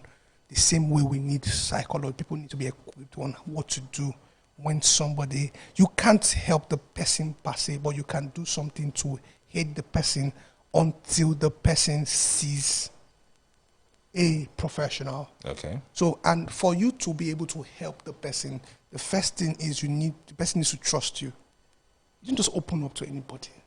So you don't fault the person for not opening. As a matter of fact, the reason why the person may even be having the issues because of he opened up to somebody and the person, it caused embarrassment for him. So the first thing is you ask yourself, does this person even trust? Have you built that kind of relationship for the person to trust you? And there's a skill, there's a training, there's a skill to do. So there's a way they call building rapport. You need to learn how to build rapport. So as a psychotherapist, people come to me and the next 45 minutes, they're already opening their lives up to me. It doesn't just happen. There's a skill of rapport. So there's a way it's called mirroring, right? The way I can mirror you, that you don't know, subconsciously I'm already creating trust. So when that trust is created, the person can then, when you're talking to someone, you need to, what you call active listening. You must know how to actively listen. Okay? That's it. The person agrees to talk to It's you. about to talk to you. Now, so if the person doesn't listen to you, at that point, you probably have to seek the help of a psychotherapist for the person. Even if the person listens to you, you still need to tell the person to see it. See. Because many times, one of the things I encourage people, take mental health assessment at least twice every year. Twice every year. Or quarterly. Okay? Everyone needs that. Is it expensive? No, it's not. It's not. Just take like we offer, where I work Retivation, we offer, there are people who they come every month or every quarter to take psychometric assessment. So Retivation, we offer those services. You come, people call when they are overwhelmed. Okay. This is how I feel right now. I feel like stabbing somebody who's trying to, So we offer those services, help people deal with depression, anxiety, frustration, different mental health issues. Before we leave, you need to just let people know how to reach you. Okay. All right. Let's quickly go here. It's great. Many of you telling us where you are watching from. Please just drop it. We have Tapioca Maravilla is watching from Brazil. Awesome. All right. And thank you very much indeed for watching from Brazil. And just says Vendressa FC, the best club in Africa. Well, thank you very much. Tudo bem, yeah, I heard some Portuguese. Cristiano Policy is watching from, okay, this one says watching from Portugal. Interesting. Afolabi Olugbenga says being shy is a form of pride. Afolabi, we just talked about, the state of being shy. It's not bad. And it's important that we stop judging people. One of the reasons why people are finding it difficult to open up is because of the harsh environment of people judging. So we need to stop judging people. Okay, the fact that you don't have the problem does not mean other people don't have the problem. You don't know their experience, you don't know their background, you don't know the things they have to go through. So it's time for us to learn. We need to develop the culture of showing empathy, right? Empathy is putting yourself in another person's shoes, seeing how they see and hearing how they hear. It's very, very important. All right, very important as well. All right, so this one was just joining in and just wants you to explain once again the difference between stress, anxiety, and depression. Is depression the mother of all? And just in a short line, we said that stress is most times, maybe not all time, but most times a precursor to anxiety, and anxiety most times a precursor to depression. So we said stress is how is your body and mind respond and reaction to the difficulties, the pressure of life. That's what stress is. Anxiety has to do with it has to do with that feeling of a rush that you feel when you have a difficult task ahead of you. So it's more about something you anticipate in the future, and you feel unrest, you feel uneasy about it, and you have that apprehensive feeling about it. That's anxiety. And we said that anxiety is normal, right? You will feel anxious once in a while. When you have a deadline and you are already getting late, you're definitely going to feel anxious. I even tell people that when you feel anxious or you feel sad, it's a good thing. It means that your mind is working. It's a good thing. Your mind is working. But it's when you now come to a point where you're not able to control it, you're having it over and over and over again, over a long period of time, and then it now means you need to get help. Then depression is not sadness. So sadness is an emotion, and sadness is not bad. Sadness is just it's an emotion that helps you, draws you closer to what you love, understand what you've lost, and all. So, but when you become sad to a point where you start feeling hopeless, you start feeling worthless, you start feeling like life is meaningless. Life is like, what is the essence of life? And if you start withdrawing from people, you lose interest in most things. You start thinking about dying. Then you need to get help. So that's the difference between the three. Okay, great. On our YouTube page, Cyril Odofia says, does it mean that someone is mentally sound just because he can cope with stress and he's productive? even if the individual hasn't gone through mental evaluation and checkups to be proven he's sound? Yes, but that's why I said that. It's I remember I mentioned that it's everyone needs to go through that mental assessment, Irrespective of whether it's going on well for you, it's right? important. Just the way no matter how you feel, you are meant to go for medical checkup from time to time. Some people don't Many go for people, medical it's checkup. it's a cultural thing, right? It's a cultural, but it's actually not. The fact that it's cultural does not mean it's right. So because sometimes you may feel right until when you go for medical to tell that, oh, you have symptoms of this already. Somebody can be pregnant and the person may not know for 2 months. So that's why it's important. You can't just say you are mentally okay until you have gone through your checkup and say, but we can say that you can see from symptoms. So if you see that, okay, you can actually come to a point where you develop. Mental health is a journey. So they are mentally healthy yesterday, doesn't mean you're mentally healthy today, right? So you just need to keep on with what you need to do. Okay. Keep yourself mentally fit. I think that's a great place to leave it today. Want to thank you. So very much. I want to say one more thing. Yeah, just before you go. One more thing. One of the, apart from yourself, we say that you are as healthy as the least healthy person around you. So take care of yourself and take care of other people around you. A lot of children are committing suicide. The rate of depression in children is getting higher. You hear what small children your children at the age of 6, you see a girl at the age of 6 and you see what the girl is already doing. So it's important that we take care of ourselves and take care of people around us. All right, let's be more empathic. Let's spread love. Accept people. Accept yourself. All right, let's spread love and peace. Love and peace. Love and peace. Great. Coach Daniel Agbeti, we want to thank you. Dennis Agbeti. Wow. Okay. I hope that is there any sort of mental thing that causes that? Dennis Agbeti. I've been saying Dennis all through, and then I said Daniel. Anyway, Dennis Agbeti, thank you very much for talking with us today. Thank you.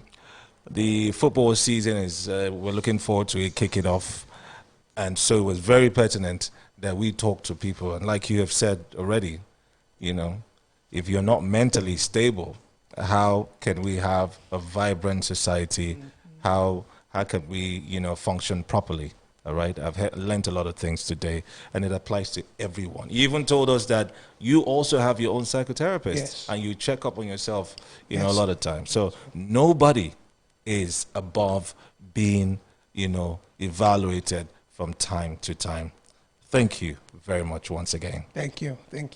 All right, and just before you go, how, someone out there just wants to follow up on this. By the way, Coach Dennis's, presentation will be available for download by tomorrow. I know some people are excited about that because I saw some messages, people asking about this. All right, but how can you be reached? Okay, so I work with Greativation. You can just Greativation, greatness, Greativation. So you can reach us on Instagram or Twitter and on Facebook. Then you can reach us at info@greativation.com. You can also check our website, greativation.com. Then you can reach me. I am Dennis Agbeti. So my Instagram handle is at Dennis Agbeti. Facebook, Dennis Agbeti. Twitter, I am Dennis Agbeti. So then you can send me a mail, dennisagbeti@gmail.com. If you need help, you need to check up yourself. You can. And this distance is not a barrier. Okay. COVID has changed the equation for us. So that's right. People take therapy sessions online right now. So you can reach out to us and we can help you. Yeah, or definitely any psychotherapist closest to you. Yes. All right. Yeah, you can reach out to Vendressa FC. Obviously, Vendressa FC. Partners. So. .com, Vandals FC on all our platforms. Well, I'm George Essien. You can reach me at I am Mighty George on Twitter and Mighty George, of course, on Facebook as well. And it's been a pleasure anchoring this session today. I hope you've been educated. I hope that you take your mental health more seriously. Everyone needs it. These are very crazy times, permit me to use that term. And so until we hit you with another program on Vendressa FC TV, here's urging you to stay very aware and remember that Vendressa FC won't walk that road without you. Log on to vendressafc.com to get the latest updates on what's cooking with the Lions of Nigeria. Have a wonderful day. Bye for now. Are you a good male footballer aged between 18 to 23? Do you have what it takes to be a Vendressa FC player? If yes, then sign up for the Vendressa FC 2020 player screening. To register, visit soccerschools.vendressafc.com and click on trial application and fill all specified details on the registration form. Registration opens Thursday, October 29, 2020 and ends on Sunday, November 1, 2020. Successful applicant will be notified by Tuesday, November 3, 2020. Terms and conditions apply. See Vendressa.fc on Instagram, VendressaFC _ on Twitter, and Vendressa Football Club on Facebook for more details. Vendressa FC won't walk that road without you.